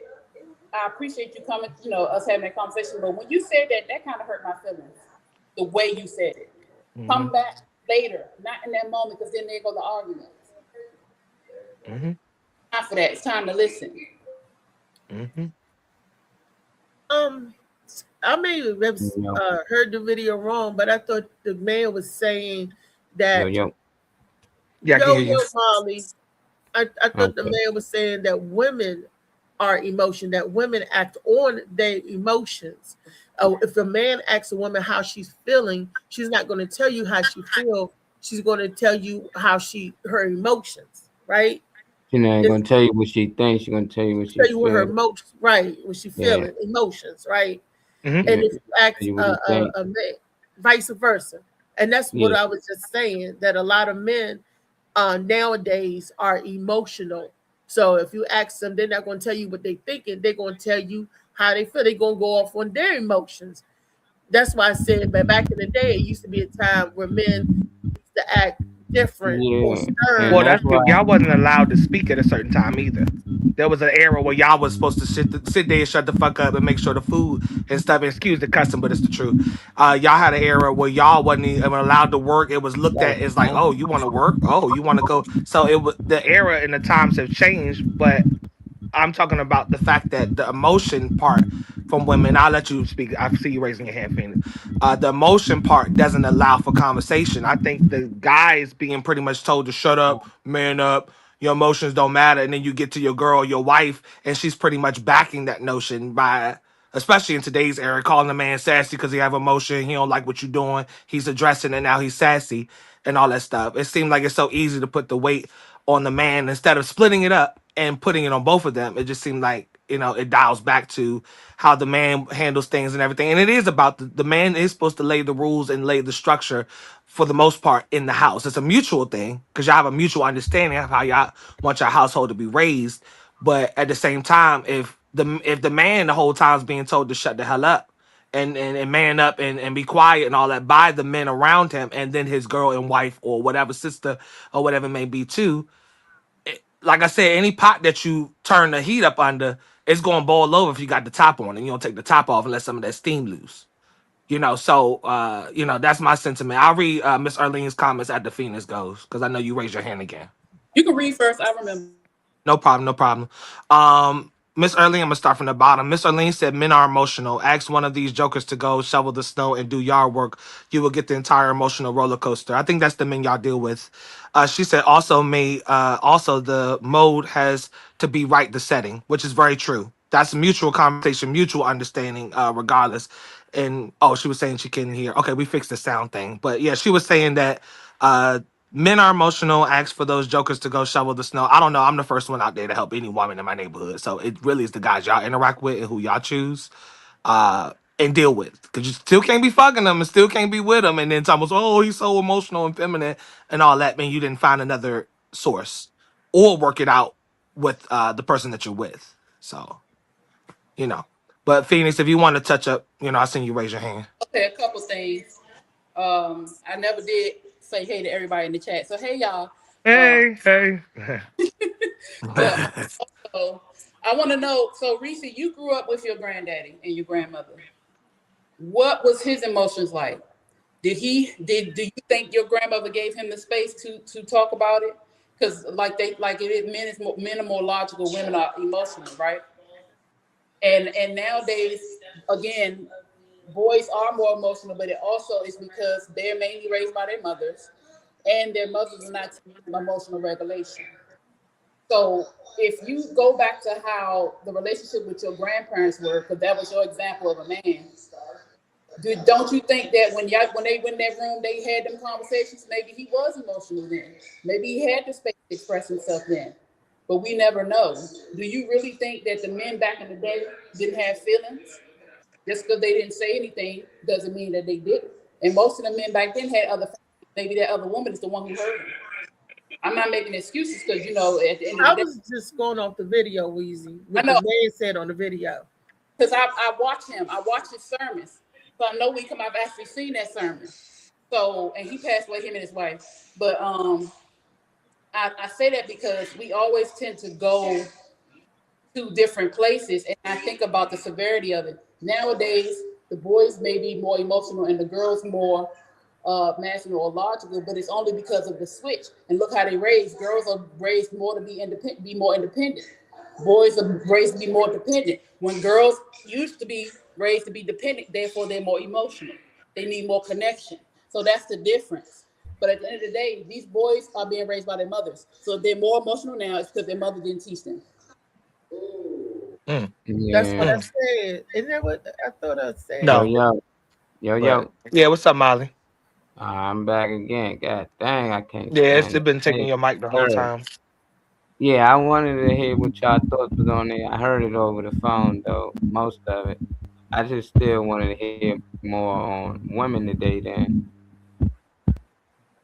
men. How is they thinking more logical then, or just both parties emotional? Because all I'm hearing about is what men doing, what men ain't doing. Well, back then men did stay. Like what are the women doing that they can do differently? I heard Ouija say some good things, but I just keep hearing what men. That's where the silence fall at, because that's not the focus, unfortunately. Yeah, I seen the shoveling, I've seen a bunch of things. So it's just like, is these the men that y'all running into, or y'all just think just men all together, or majority of the men out here? I've seen a lot of women out here shoveling, and I don't think it's because they single and they don't want men, But I seen women who in a relationship, their man was out there doing the usual shoveling, So it's like, y'all took from that men, it's just not men and they jokers, or that these women can't keep a man. Like, I don't know how. Like, which one did y'all take from that? Because I see Miss Erlene basically took that they jokers and they emotional, so they need out. Because we've been out there shoveling. I seen all the men out there doing the women, but they had to be citizens and stuff. So I don't know, but I did see some women by themselves. And we was asking them like, you ain't got no man? No. So I got to do it myself, you know. So it's like, okay, we'll help out, but at the same time, every woman that was out there by herself, it ain't because the man lazy. It ain't no man around. So I just like, Right. I don't know. It's like, what's going on with us? Because we got to find a way to make it work. And if we can't have a conversation, it's always going to be the blame that men just too emotional. Then what are the women? What we got to do different? We got to not be so emotional, but what we need from y'all, what y'all got to do? That's Can I where it say draws something? silent at, and that's the part I hate because Can I that was say never the something? focus. But go ahead, Auntie. Okay. If you about to speak, I heard her voice. I don't know if she's about to speak on it. In my opinion, I was going to say something. I can't hear. I think Hold on. Auntie got a fan or something. She got to get away Yeah, a from fan or something on that's kind of bringing your voice down a little bit. I can't hear you as much as I could before, Auntie. oh, wait a minute. What about now? Yes, Yeah. it's better. Can you hear me? You can hear me Yes. now? Okay. Yes. From my experience and my walk on this earth, okay, I've come to realize that we are all emotional because we are emotional beings. For me, this is a spiritual walk, okay? And the key is to gain control of those emotions. Just imagine if we all had control over our emotions to where we treated each other fairly, we would have no problem. But everybody is for themselves, okay? This world is ran by emotions. The laws are based on emotions, not for what's there, but based on emotions. Everything that we interact with each other is based on emotions. So you have to gain control of those emotions before you can even enter into any long lasting and truthful relationship. I feel you. That's solid. And it's my opinion, this is just my opinion, is that society is trying to switch the roles of the man and the woman and try to muddy it up just so they can destroy us. But I'm conspiracy theorist, so that's my personal belief. They said, yeah, a man could be a woman and a woman could be a man. Hey, if a man could be a woman could be a man, won't be no reprocreation, right? If they say you can change your sex, the same people that say you could change your sex, you could put on a dress, is the same people who's saying all this other stuff and putting poison, pesticides, and all that to help do the switch, so to make a man more emotional. And what the women is that supposed to make women more logical? Yes, because a man is more emotional, more sensitive. Look, don't let the devil get in your head. Don't let him have a foothold, stronghold. Don't let him rule. Do what you do. What's that noise? But society, that's the breakdown and the destruction that I see. But Molly's question was, what do you feel like the women should be doing? Because there's a lot of dialogue for the men, but it gets quiet when we talk about the It's women. the same way. No, I Charlene just said they said need that to it's stop switched. trying to be too independent. She said, I just like what saying her we need comments. to be Yeah. too damn independent. We too rough and independent.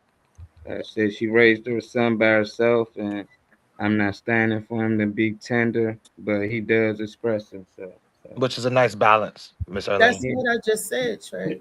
I said switch. I said society. Yeah, you said is it's switched, but you didn't say what women could do. That's what his Yeah, initial that's what I question mean. was. Yeah, I Like, what said can women do? Because we talked about men. There was a lot of dialogue for men, but when we asked about women, it got quiet. It's the opposite. it's What's the opposite? The women are Animal. supposed to be more nurturing, more caring, Thank you. and on the Yeah, softer side. But you have these women out here nowadays, because of the switch up, the more testosterone or the whatever, that they feel that they have to man up just like a man, and they can't softer like a woman. A woman, that's the opposite. To be nurturing, caring, more softer, more understanding, more, oh, let me fix your movement. Not, boy, this woman, not like a drill sergeant. And a lot of women think because they're single parent, they have to be drill sergeants, especially if they're raising a boy. Now, if you're a single parent raising a girl, you can be all nice and sweet and tender as much as you want. But when you're, because a girl, that feminine energy, but you can't be nice and sweet and tender the same way with a boy that you can with a girl. Phoenix, I seen you raising your hand. I like these different viewpoints, and I see what you're saying, Reese. I understand what you're saying. A lot of times, we're more rough on our girls, which is why the girls are more rough now. And we usually softer on our boys than what they plainly are. So it's not that they're not getting that softness, they're getting a little bit too much. Or we don't have, you know what I'm saying? And we overdo it on our girls, we too rough on our girls, and that's why they out here, oh, this nigga soft, da-da-da-da. And the dude out here can't control his emotions. Yeah. And like I said, it stems from the house. But at the end of the day, it starts at home. But when you become a certain age, it's your responsibility to change. Now, as a woman, what I can do to make sure that in my relationship, my partner feels safe is I'm going to check myself regularly. Okay, because again, feelings are fleeting. 1 minute you're good, 1 minute you're not. We have a lot of hormones going through us, and we got to constantly check ourselves. You got to constantly check yourself. You can't allow those feelings that jump up for you to immediately take out on him. Now, even if he may do something wrong, or he may say something that might trigger you, still check yourself. Learn how to talk to him. You got to learn how to talk to our man. You ain't got to baby him. Sometimes you do, come here, baby, come lay your head on my boob, whatever, my breast, whatever. But something wrong with a little head, little chest of breast, you know what I'm saying? But there are times, sometimes we have to know, we got to have discernment when it comes to our partners. We can't be selfish, and we can't expect them to know, or can't expect them to know how to communicate. When you get with somebody, you've been with somebody for years, and you complaining about that. Don't you know that all them years y'all supposed to be getting this together? Y'all supposed to have these conversations with y'all. And have you been working on yourself? So the one thing as women is work on ourselves, learn how to pause and check ourselves regularly, because we can't do nothing for y'all if we can't do nothing for ourselves. So, yeah. But I would say, as a guy, I also, in the midst of conversations like this, will also highlight whether it's systematic or whether it's just the household period. I can recognize and acknowledge the fact that I see why women have to be put in these positions. Now, how you receive the world and how that world hardens you as a person, hardens your heart or your mindset, is one thing. But I see how women are now leveling, and coming from when I mentioned the era before where women were just supposed to pretty much be at home, take care of the house, make sure the house was straight. The guy was supposed to be out working and everything. The roles are switching now, because women are getting tired of, if these men ain't gonna be doing such and such, look, I'm gonna step up, make sure my son good. I'm gonna get this job. I'm gonna get this this scholarship. I'm gonna get this whatever. So I'm not gonna sit here and act like I can't see why women have been hardened in the first place. So whether it be because of the era that got women submitting to the government and men leaving the house, whether just being a sorry ass man and not being being there in the household, and you have to step up, especially when you have a male child and you think you're gonna try to pull out those emotions to show him what his dad would have. I see, I see on both sides. So I see why women have become more harder now, but it's just like everybody's so, like Miss Erlene was saying, so independent and everything that it cut off the need for man. And then a lot of people listen to this material. Don't let it be a younger crowd listening to the Sexy Reds and all them other people talking about some fuck your baby daddy, get money, you don't need him, you don't need no man, or these Oprah shows and daytime TV shows coaching women or coaching men how to feel about the other half. So I understand why everything is so like in disarray. I can sit on the other side of that and understand and acknowledge that. Since nobody else really has nothing that I heard them jump in with, Phoenix, if you want to touch back on it, because I seen you raise your hand. Was Molly getting ready to say something? I'm not sure. Were you going to say something, Molly? My mic. It's I it's it's guess my kind of mic in. out. It's in now. Uh, pause. I'm saying that like that, but I mean, the mic is on now. Correction, nah. everybody. Well, now my thoughts on it though is that I think it can get better. The message that I took from it is a lot. And I knew that. I knew they wasn't really thinking logically. They just right there, they emotional, and I just let them have it. They might go, but I got the message. I get what they trying to get to me. I just think that today, nowadays, is that a woman ain't got the patience to do the same thing in return. Back then, I think a lot of men just listening and they just went on about their day. I see my dad do it all the time. My mother will cuss him out. He's just like, yeah. She's like, look at you ain't even say. Like, yeah, you got it. It's like it never really bothered him. He won't get mad at her. He's just like, I understand. I love you too, baby. But now today, dudes want an explanation on things. Like they want to know, okay, you got yours off now, and I got some questions. Now, and I want to I just think that's what really changed it. Now, women gotta get investigated on why they doing this and they doing that. And I just think that's what changed a lot. Cause I see a lot of these young kids like, yeah, me and my girl's going through this, and I had to tell her, man, I need this, I need you to do this, and I had to ask her this. And I was like, man, I don't recall ever asking my girl. It might be a good thing, but I'm saying that is change. But she got mad at him for asking her certain questions and feel like he should. I was like, dang, that just changes everything, though. I just think that we didn't really care too much because we knew that, whatever we had going on, we were trying to fix it. We ain't want to put pressure on our woman. Like, whatever the problems was, we'd deal with it, But now they drop all their problems on them. That's why the girl like, shoot, I ride, give me the gun. You're like, why these girls riding with these dudes? But they boyfriends telling them everything. Oh, I got ops out here. Oh, yeah, that's my op right there. I can't deal with this and deal with that. And it's like now these girls just caught up too much in these dudes' lifestyles that is not right. And I think they thinking that's the way. And then when they break away from it, they think all dudes like that. The same thing for men. They get a bad girl. They think a lot of women like that. And it ain't the case. I just think we run into the wrong people. And then once we find the right person, we don't know how to treat them because we just pitching them that they that same person. But I think we just need to learn how to communicate. Like stop yelling, stop screaming weird thoughts. We should be able to sit down and have a conversation like we have with anybody else outside of a relationship. It just seems like whenever it's a relationship, that's when people can't talk. But whenever it's like, just some random person or somebody at your school or something, y'all can sit down and have a conversation, even if you disagree, because there ain't no feelings really.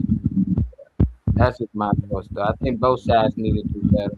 But as men, yeah, we need to be less emotional. For the women, what y'all say? I mean, face it, isn't it all about what it is you're looking for? What type of relationship you want? If you want a family type of relationship, whether you just want a roommate type of relationship with benefits, it all depends on what a person wants for their life and how to control your emotions in that relationship to make it work. Yeah, but it's just see, and it sounds so lovely when you say it, but it's just like a lot of things are not by you or anybody specific, but a lot of things are put into the atmosphere, and then it's like, of course, we all know we should want a balanced bond or rapport or whatever with anyone, but it's the fact that it's not happening.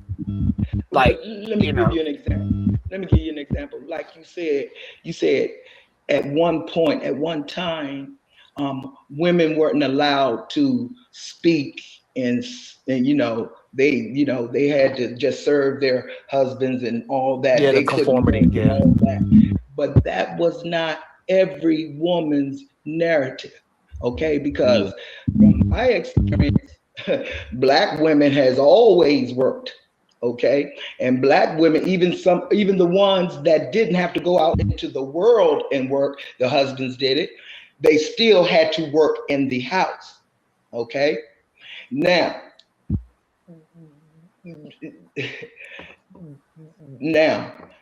I done lost my thought. Okay. It Now happens. Trust me, it Yeah. happens sometimes. Good they had game. to work it out, whatever. Now the ones that couldn't speak, that was white families. That wasn't black families. Every woman's narrative wasn't that. Okay. Oh, And okay. everybody's narrative is not the same. There are all different types of obstacles we have to cross in life.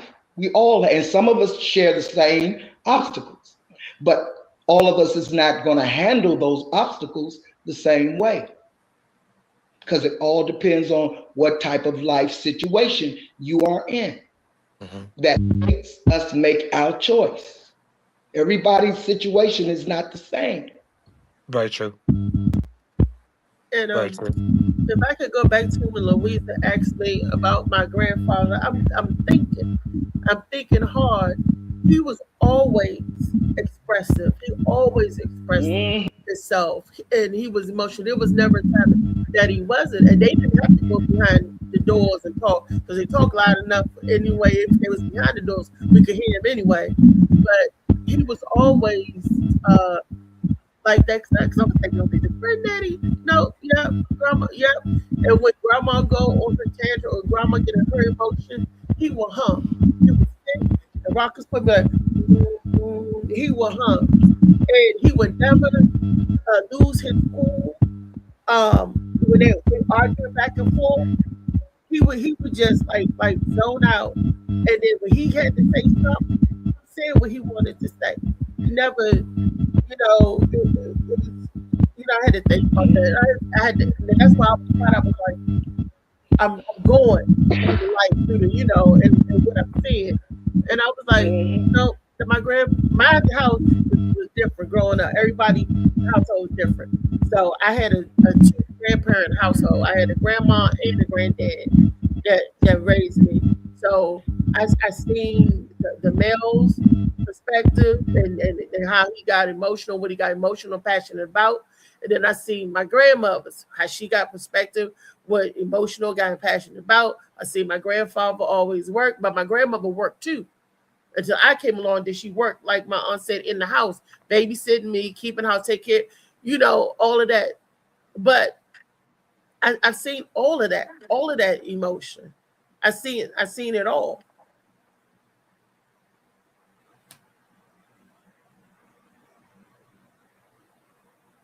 There was a safe space within your household, Reese. That's why I asked you that. That's why I said that.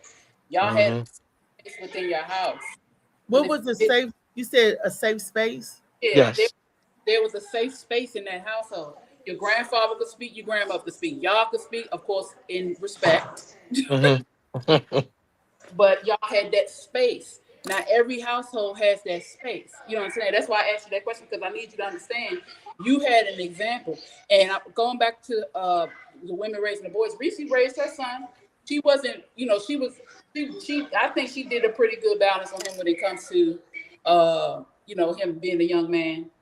He not soft, he not rough. You know what I'm saying? I think she did a really great job with Ty.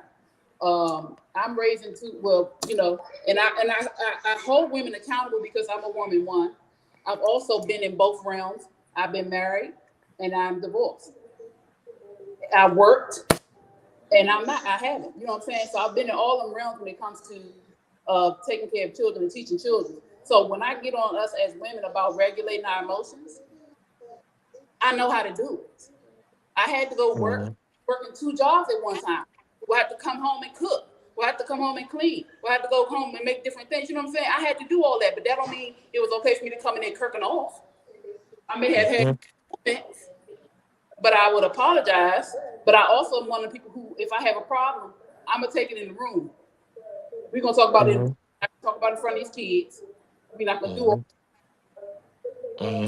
And when I'm wrong, I apologize. That's why I say I understand, but I'm gonna get on us because I'm one of us. I'm gonna get on us because I know what we can and what we can't do. And that's of course we can talk about men can talk about women, but I'm a woman, so I'm gonna get on us first because I know we can do it. I know we can regulate. I know we can pause. We don't have to do that, and we don't have to just because we raising boys. We ain't got to be masculine. It happens that way because we feel like we have to, but we don't have to be. I had to learn that too. So once you learn, the more you learn, the better you can do. You learn, you know better, so you do better. So that's why I say certain things when it comes to us, because it don't matter what a man does, what you gonna do. Yeah. I'll get quiet. I try to be logical. I try to keep my feelings at bay or keep them calm down. But sometimes, depending on how I feel, it's easier to go to 60 than it is to go down to 0. It's easy to. It depends on where I'm feeling, or what gives you the emotional altitude. Because if I'm not feeling well or other stuff, it may take something little to give me a boiling point for me to get all emotional. Then if I'm on an even kill day, good vibrations, it may take a whole lot to get me emotional. You know what I'm saying? So it depends on my logic, and my logic depends on that as well. Because when I'm even killed or on a good vibration, I sit back and I think, and I'm like, did he have a point? Is he right? Okay. But when I'm in a not good zone or not good space or not feeling well, and I don't have the bandwidth to even think sometimes because everything is off of emotion. I'm being honest, but that doesn't mean I don't go back later once everything calmed down and think about it and then correct whatever, try to correct whatever the situation is that got you there, if it need be corrected. Some things is just not need to be even talked about. Some things you just leave stuff alone. You drop it. That's how you fix it, by just dropping it. And there's some things worth, going back or reproach or trying to correct it or trying to get some understanding. But, that's me. I can't speak for nobody else. But, that's a, it's natural for us to react on our feelings. This is why I said it takes work. Because when you're accustomed, or like I said, we have so many different hormones going through our body all the time. We never know. Sometimes, like you said, you be good, next thing you know, boom. We don't know what the heck is going on at the time. And then, if you're on medication, depending on the food that you eat, and that could be for men too, but men don't have all these different hormones going through them like we do. So we have to we have to be mindful of how we do things. It's nobody's responsibility to control your emotions but you. It's nobody's, us as women, it's people. But nobody is responsible for how you take what they say, and nobody's responsible for how you react to it. But of course, they're responsible for what they say out of their mouth and what they do, but they don't know, they could be saying something good, and that good could trigger something that we didn't even know was there. You understand what I'm saying? So at the end of the day, we are the ones who have to regulate and control our own emotions. And like you said, you gotta be honest. And you take a lot of medicines that also affect how you feel. That also messes with you, and you won't even realize it. You know what I'm saying?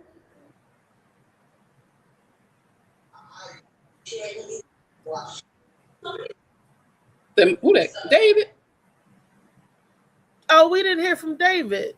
He been quiet. Him and Unc been quiet through the conversation. What did David? Unc hasn't been on here. Unc got off.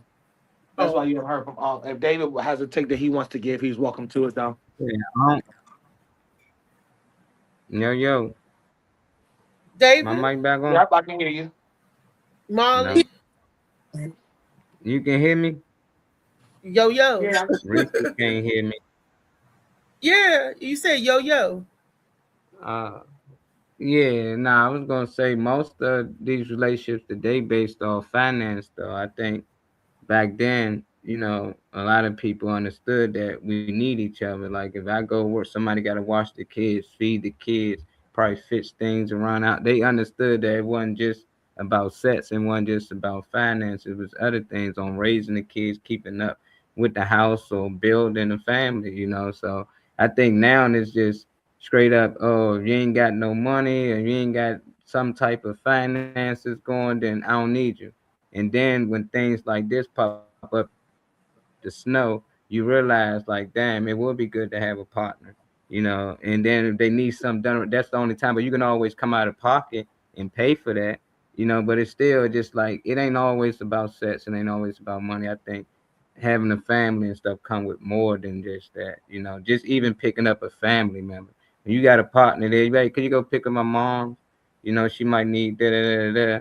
But nah, instead you probably gotta spend $60 on an Uber or something for it. Just do weird stuff that you just start to notice, you know, as you get older. Like it's so much easier when you're in a relationship, you know, two is so much better than one. You know, like don't matter what people say, you know, other than the finance part. Outside of that, it's always good if y'all throw a party or something. You got two people to clean up after, two people to put it together, and just little things just like that. If you sick and you ain't feeling good, you got somebody there to take care of you.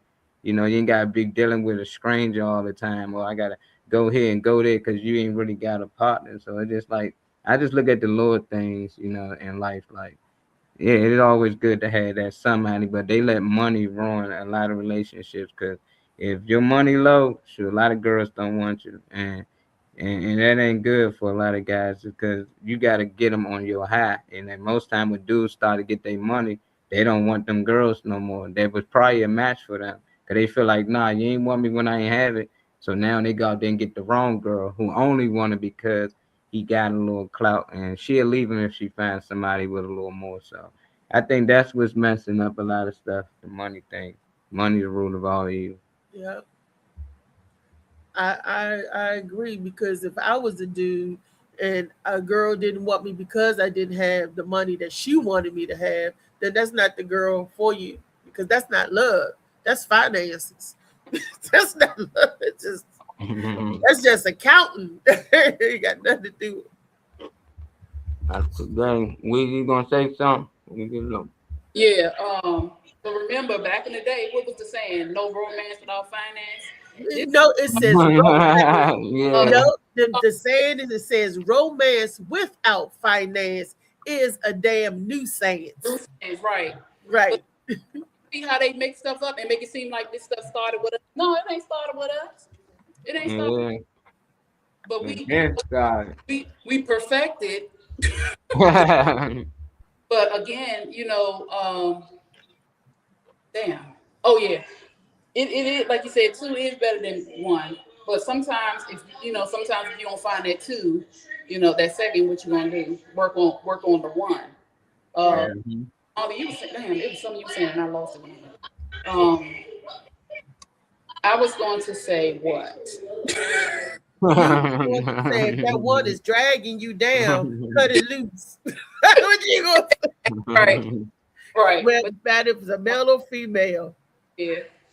Save yourself. Yeah. It's amazing. And as you get older, you understand what's important. I think that's, you understand what's important. And it shouldn't take for us to get older. I know what I was going to say. What I tell my children, because I just talked to my daughter, and she's very big on this because she gets that from me. And her dad, he's like that too. You can't expect somebody to do for you what you can't do for yourself. Don't sit here and think that a man or a woman is supposed to do X, Y, and Z, and you can't provide that for yourself. You can't have Michael Kors money. I don't do none of that. I mean, Michael Kors tax on Foreman Mills money. You know what I'm saying? You got to know what to do. You know what I'm saying? You can't be trying to get Gucci and you shopping on the clearance rack at Walmart. I mean, you know what I'm saying? How you gonna have that type of wallet? And there's nothing wrong with Walmart because I go on Walmart and I've gone in there and spent $800. You know what I'm saying? It's nothing wrong with Walmart. But the thing is, the quality and how you treat people. If you expect the woman, if you expect the man to be able to do X, Y, and Z for you, you need to be able to do it for yourself first. That's how I do. That's how I teach them. You can't have nobody thinking that they're gonna do this for you. You can't do it for yourself because it's supposed to be reciprocal. He might not want you to buy him anything, but having the option is dope. Baby, I want to take you somewhere. Really? Okay, cool. Because most guys don't get taken out. Most guys aren't the ones who get taken on dates. They're the ones that take people on dates. So this is how I teach them. Because I'm like that. If I don't have it, how can I expect somebody else to have it for me? Of course, if he's gonna want to do it for you, but I still want to be able to do things for him too. So that's how I teach them. Like, nah, you get what you need to get, and work on, working on the fullness of them, not just social media saying, not just what the things we heard back in the day, because I understand why these sayings came up because of how people used to do. I understand. So we also have to find a good medium, you know what I'm saying, and teach better and do better. Yeah, teach better, definitely. And I don't like when Molly brought up, it was the video that he brought up some time ago, where they say that the damn Cheesecake Factory ain't no good restaurant to take nobody out on. I'm like, Cheesecake Factory is a good place. What kind of bougie heifer don't want to go to on the the first Cheesecake date? Factory on the first day? What's wrong with the Cheesecake Factory? They used to think they doing something if they went to the Cheesecake Factory, but now the Cheesecake Factory ain't nothing. You gonna put the Cheesecake Factory right up there with McDonald's? Yes. How? How, Sway? How? Weezy, Felicia, y'all ladies, do y'all like Cheesecake Factories? Auntie Felicia still in here? No. She gone, but I'm gonna tell you one thing. If I take myself there, I definitely let you take me. I've been there. I didn't take myself, like me and my friends would go. So how am I have that attitude that it ain't good enough for a date? I'll go with my friends. You know? Exactly. They gonna put that up there with McDonald's. Yeah, she hate you take her to a spot that we got to cook ourselves. They got some spots out here. You can cook the food yourself. And they're expensive. And I don't know what too. That when you cook the food, what's that? The melting pot. It's the one in Annapolis. It's called a melting pot. And you cooking your food yourself, and that's like $75 a person. Like, that's crazy. Yeah, I gotta pay y'all to come here and cook my own food. Yeah. Yeah, they vicious. They got us checking out our own bags too. We doing their work. They vicious. Society has really changed, man. You gonna give me heads up what you got for tomorrow, Reese? Or they gonna be surprised? Just wait till tomorrow. I don't know what the producers got surprised for y'all. We all got some surprise. I don't know. We're going to give them a hint. We're going to wait till tomorrow. Tomorrow, Freaky Friday. I just love that we've been having the intellectual conversations about relationships and then about sex, like on an adult level, real adult level. And about some serious stuff. I'm really enjoying that. And I got to give that up to Trey and Molly on that. Those are the producers, because I've been out in the last week of Friday. But the boys, you wouldn't think that the conversation they be having, like they think that what? But yeah, it's been good. So I just love it. Thought-provoking adult conversation. You know we gonna talk. Appreciate everybody who tapped in with us. Especially my girl, Miss Her. She was in with us most of the time. So that was a good topic for her. Said these men out here a little too emotional. You might got some truth to that, y'all. We got to work on that, fellas. But that medication, and like Louisa said, it's medicine sometimes, and the pesticides and all that. What I was going to say earlier, too. If a man can be emotional with you, now not to, you got to know the difference. If he feels comfortable enough to open up to you, that means you are safe with him. He does feel safe with you. You got to know the difference of somebody just whining, or they feel safe enough to let you know how they really feel, to show you that this world is really like, it feel like it's crushing you. If a man can come to you and cry, and it ain't one of them fake cries, come on now. You got to stop looking at it. What's a fake cry? So we know what a fake cry is. Hey, Grandma! I know the fake cry. I'm sorry. Grandma, you said these ghosts wasn't no only good. Did it 3 times. Give me a 4th try. Right, yeah, that one of those. Nah, but you having a conversation, and it just hits, and he just cries, or he trying not to cry because he has that space where he feels it's okay. So don't look at him like you're crying, because if you cry, you don't want him to look at you like that. Be kind. Be kind. Not everybody has the same upbringing that you did. Not everybody knows how to express themselves. And when they finally get with a person that they can, don't make them feel bad for doing it, because it will close right back up. Right. David, stop fake crying on people, David Green. Funny man, don't fake cry on you. You know he would. Yeah. He's like, you don't need no heat. I went all the way around here when I didn't have no heat. Oh. Shoot. Appreciate you, Maddie, tapping in with us. Who else tapped in? Chow. Boy Allen tapped in with us. I ain't missed nobody, did I? Let me see. No, I missed some. AQ, appreciate you for tapping in with us. I ain't got all the comments no more. Don't forget Erlene Silver. Uncle Even tapped in the comments. Yeah. Erlene Harris. Chad Beadle. Hey, Chad. Yeah. Rod Uncensored. That's right, Rod. Appreciate it. We see you and you watching, Rodney. What up, Rodney? Rodney, hey, Rodney. Yeah, that was a good topic earlier. My man Dave got an upcoming show. I wish my man Trey was here so he can say my birthday, y'all. February 20th on Trey's birthday. Trey Money. We're gonna turn up. Right. Y1 performing live at Friday Night Live. At 249 Virginia Avenue, Cumberland, Maryland. Featuring comedians David Green, the Tay Boogie, Kirby Wilkins, and hilarious Omar. Oh, that's Buddy that be doing them YouTube videos and stuff. I ain't even know that the whole time. Yeah, he funny. Yep. Music by Columbia Known, Jessica Sharp, and who that? DJ Bliss. DJ Blaze. Oh, that's how he spelled his Blaze. Okay, DJ Blaze, $25 at the door, or you can pay $20 for an early bird ticket. And it's bring your own bottle.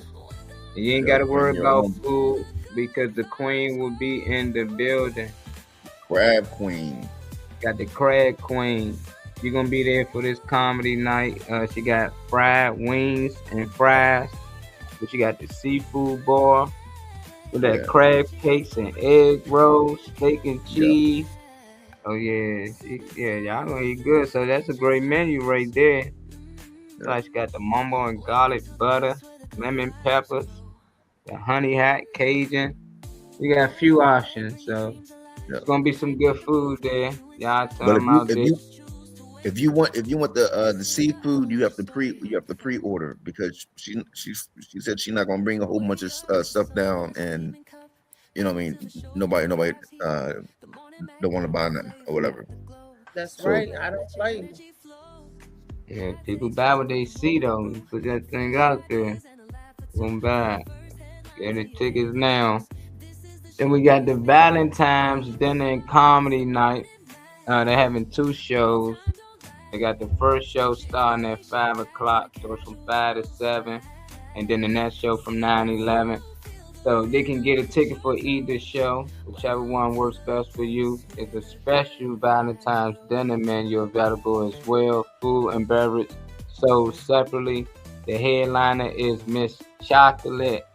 Y'all know our girl Miss Chocolate, one of the funniest comedians of the year, one of the best funniest female comedians of the year. Her and my girl Reese Ree, who will also be there featuring one of DMV's favorite, host by our very own Philip Page, featuring Brian Brunch, one of DJ Birch. That's his name. I don't want to get it wrong. Brian Birch, one of DC's funniest. This in Quantico Gardens. I don't know if y'all watch Criminal Minds, but they down there in Quantico, baby. Tickets $25.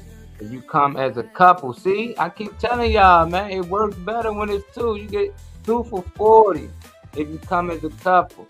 Or even if you got a homegirl or something, just hit her up and tell her to try and go to the show. Y'all both can save $5. It's at 3987 Richmond Highway, Stanford, Virginia. 22554 is the zip code. Reservations and info 540 is the number 621-8017, or you can email them at quanticogarden @gmail.com. Dang, this handwriting. Look, I need to put it on full screen next time. What else we got? I know we got another flyer. We got a few on. Reese, she busy. You busy, Reese? Oh yeah. Before we show the Mother's Day, I just got booked yesterday for a show with Big Mike and hosted by Woo Woo. Mike is his birthday show. Guess what his birthday is?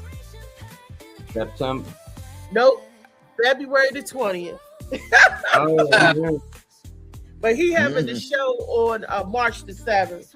This show is going to be on March the 7th. It's going to be at the Pavilion at Suitland Pavilion off of Suitland Road. As soon as he gets the flyers, I will post it and send it up because we all know March the 7th is just right around the corner. Yeah, come So on. I get that info. It's $25. I think tickets at the door.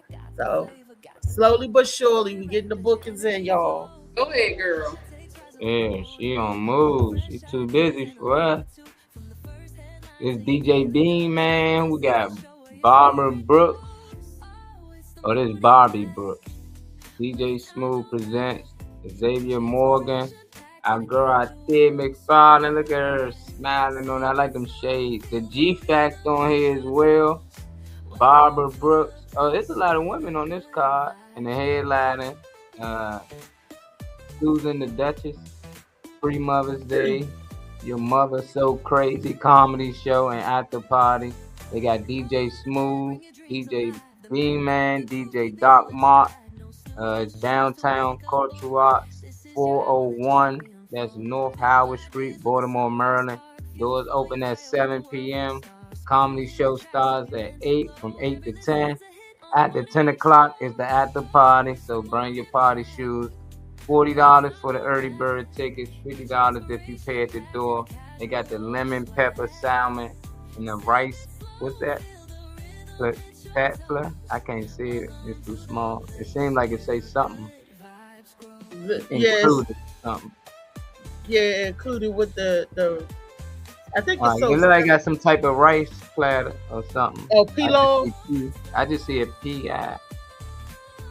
And it looks like it's 3 letters after that. Yeah. Okay. Well, that's included with your lemon pepper salmon. Let me put it in full screen. I definitely can't see that bottle. Tickets available on Eventbrite or DJ Smooth, or contact DJ Smooth 443-898-2746. Bobby B 443-712-6006. DJ Bean Man 443-993-1090. Cash bar, vendors, food available, 50/50 raffle. So they're gonna have a raffle as well. Yeah. I'm putting something in that raffle. I'm gonna win this. Weezy Wee right here. Let's go cast and call. Yes, we casting for Shits and Giggles. This is a comedy special. We're casting for actors. I'm sorry, skit. No, I keep mixing them up. Skit Happens is what we're casting calling for. We are looking for actors, whether they are traditional or improv. We're also looking for comedians. This is a comedy show, so it's almost gonna be like in living color. So we're trying to get serious. We want anyone ages 17 and up. It's gonna be online, so you don't have to worry about coming to an event. You can just come online, get on there, and do your audition, which is cool. If you have any interest, if you want to inquire about this, please reach out to Red Vision Cinema. Name, age, and tell them that you want to inquire about Skit Happens, and we'll send you a follow-up email with the information. Yeah. I'm sending mine in.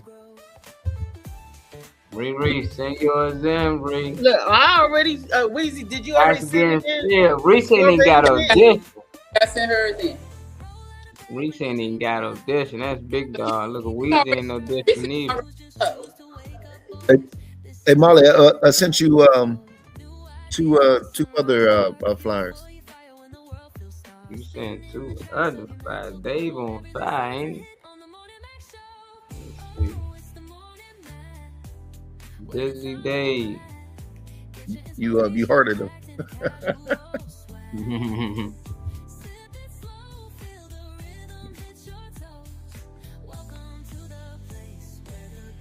My man, funny man. Out. Man, Trey must phone must die. It's okay, Auntie. I want to thank everybody for being here today for the Morning Mac show. We had a good time. We showed up and showed out like we usually do. We're going to show up and show out again and again and again. Oh, I see.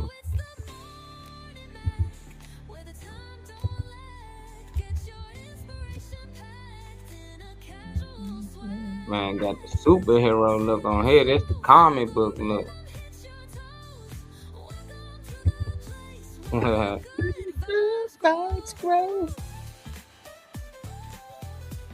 Check them out. Check them out. Look at.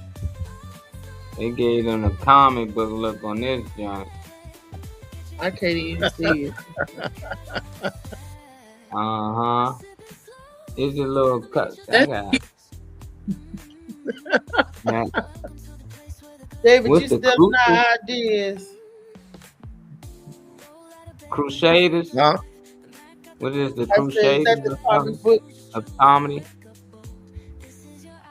Crusaders, Crusaders, comedy.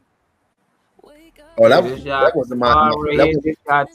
This y'all the super, the Avengers. I see your man got the Iron Man. You Batman. So you Batman, Superman, Iron Man. Witcher. Yeah, No, Ace Jackson. Who's Ace Jackson? I know Ace. Witcher. Witcher. That's February. What is this, David? February 14th. I don't know where. The doors open at 5:30. Showtime start at 6:30. Tickets only $15 in advance, or you can pay $20 at the door. It's look like say Shepherdtown Community Club at 102 East German Street, Shepherdtown, West Virginia. Second floor. Sponsors Mercy Serve. For more details, text 410-585-4946. If you're in the West Virginia area, got some good comedy coming your way, my man David Green, man. You got going there with the Batman outfit too, funny man. I can't see him. Right. Yeah, he got him on a Batman hat and all that. He got to come in there with his Batman gear. That's what I'm expecting to see. All I know is David, Ace, and I can't see the other one. Who is the top? Jerry Lee Harper. My man Joey Lee back. Joey Lee, y'all got something else too. Philip Hayes presents the Fall Into Funny Comedy Show Saturday, January 31st at 8 p.m. Hosted by Tanya Cooper. Oh, they got my man Tony Viagra on there. That dude funny. Funny man Green. Joey Lee. He on that joint. Uncle Tony. That Sherry Thurston. Oh, Ronald B.C. Hers back. That's her name. Tansman. What are Thomason? I never seen a Jasmine. Thomasine Pickens? Is that Thomasine Pickens? Thomasine? Yeah. Yep. Thomasine. I never heard of a Thomasine. Thomasine. That's a good old name. There was like an old Jasmine and Thomas. Rod and Thomasine. That's the Thomasine Pickens. I got that name. Tanya Cooper. And it's a host. And it's hosted by Philip. Yeah. Hosted by our very own Philip Hayes. Yay. Good event right there. I mean, we did that before, right? Yeah. Okay. We catch y'all tomorrow, Freaky Friday. Bring your freaky. Bring your freaky dick.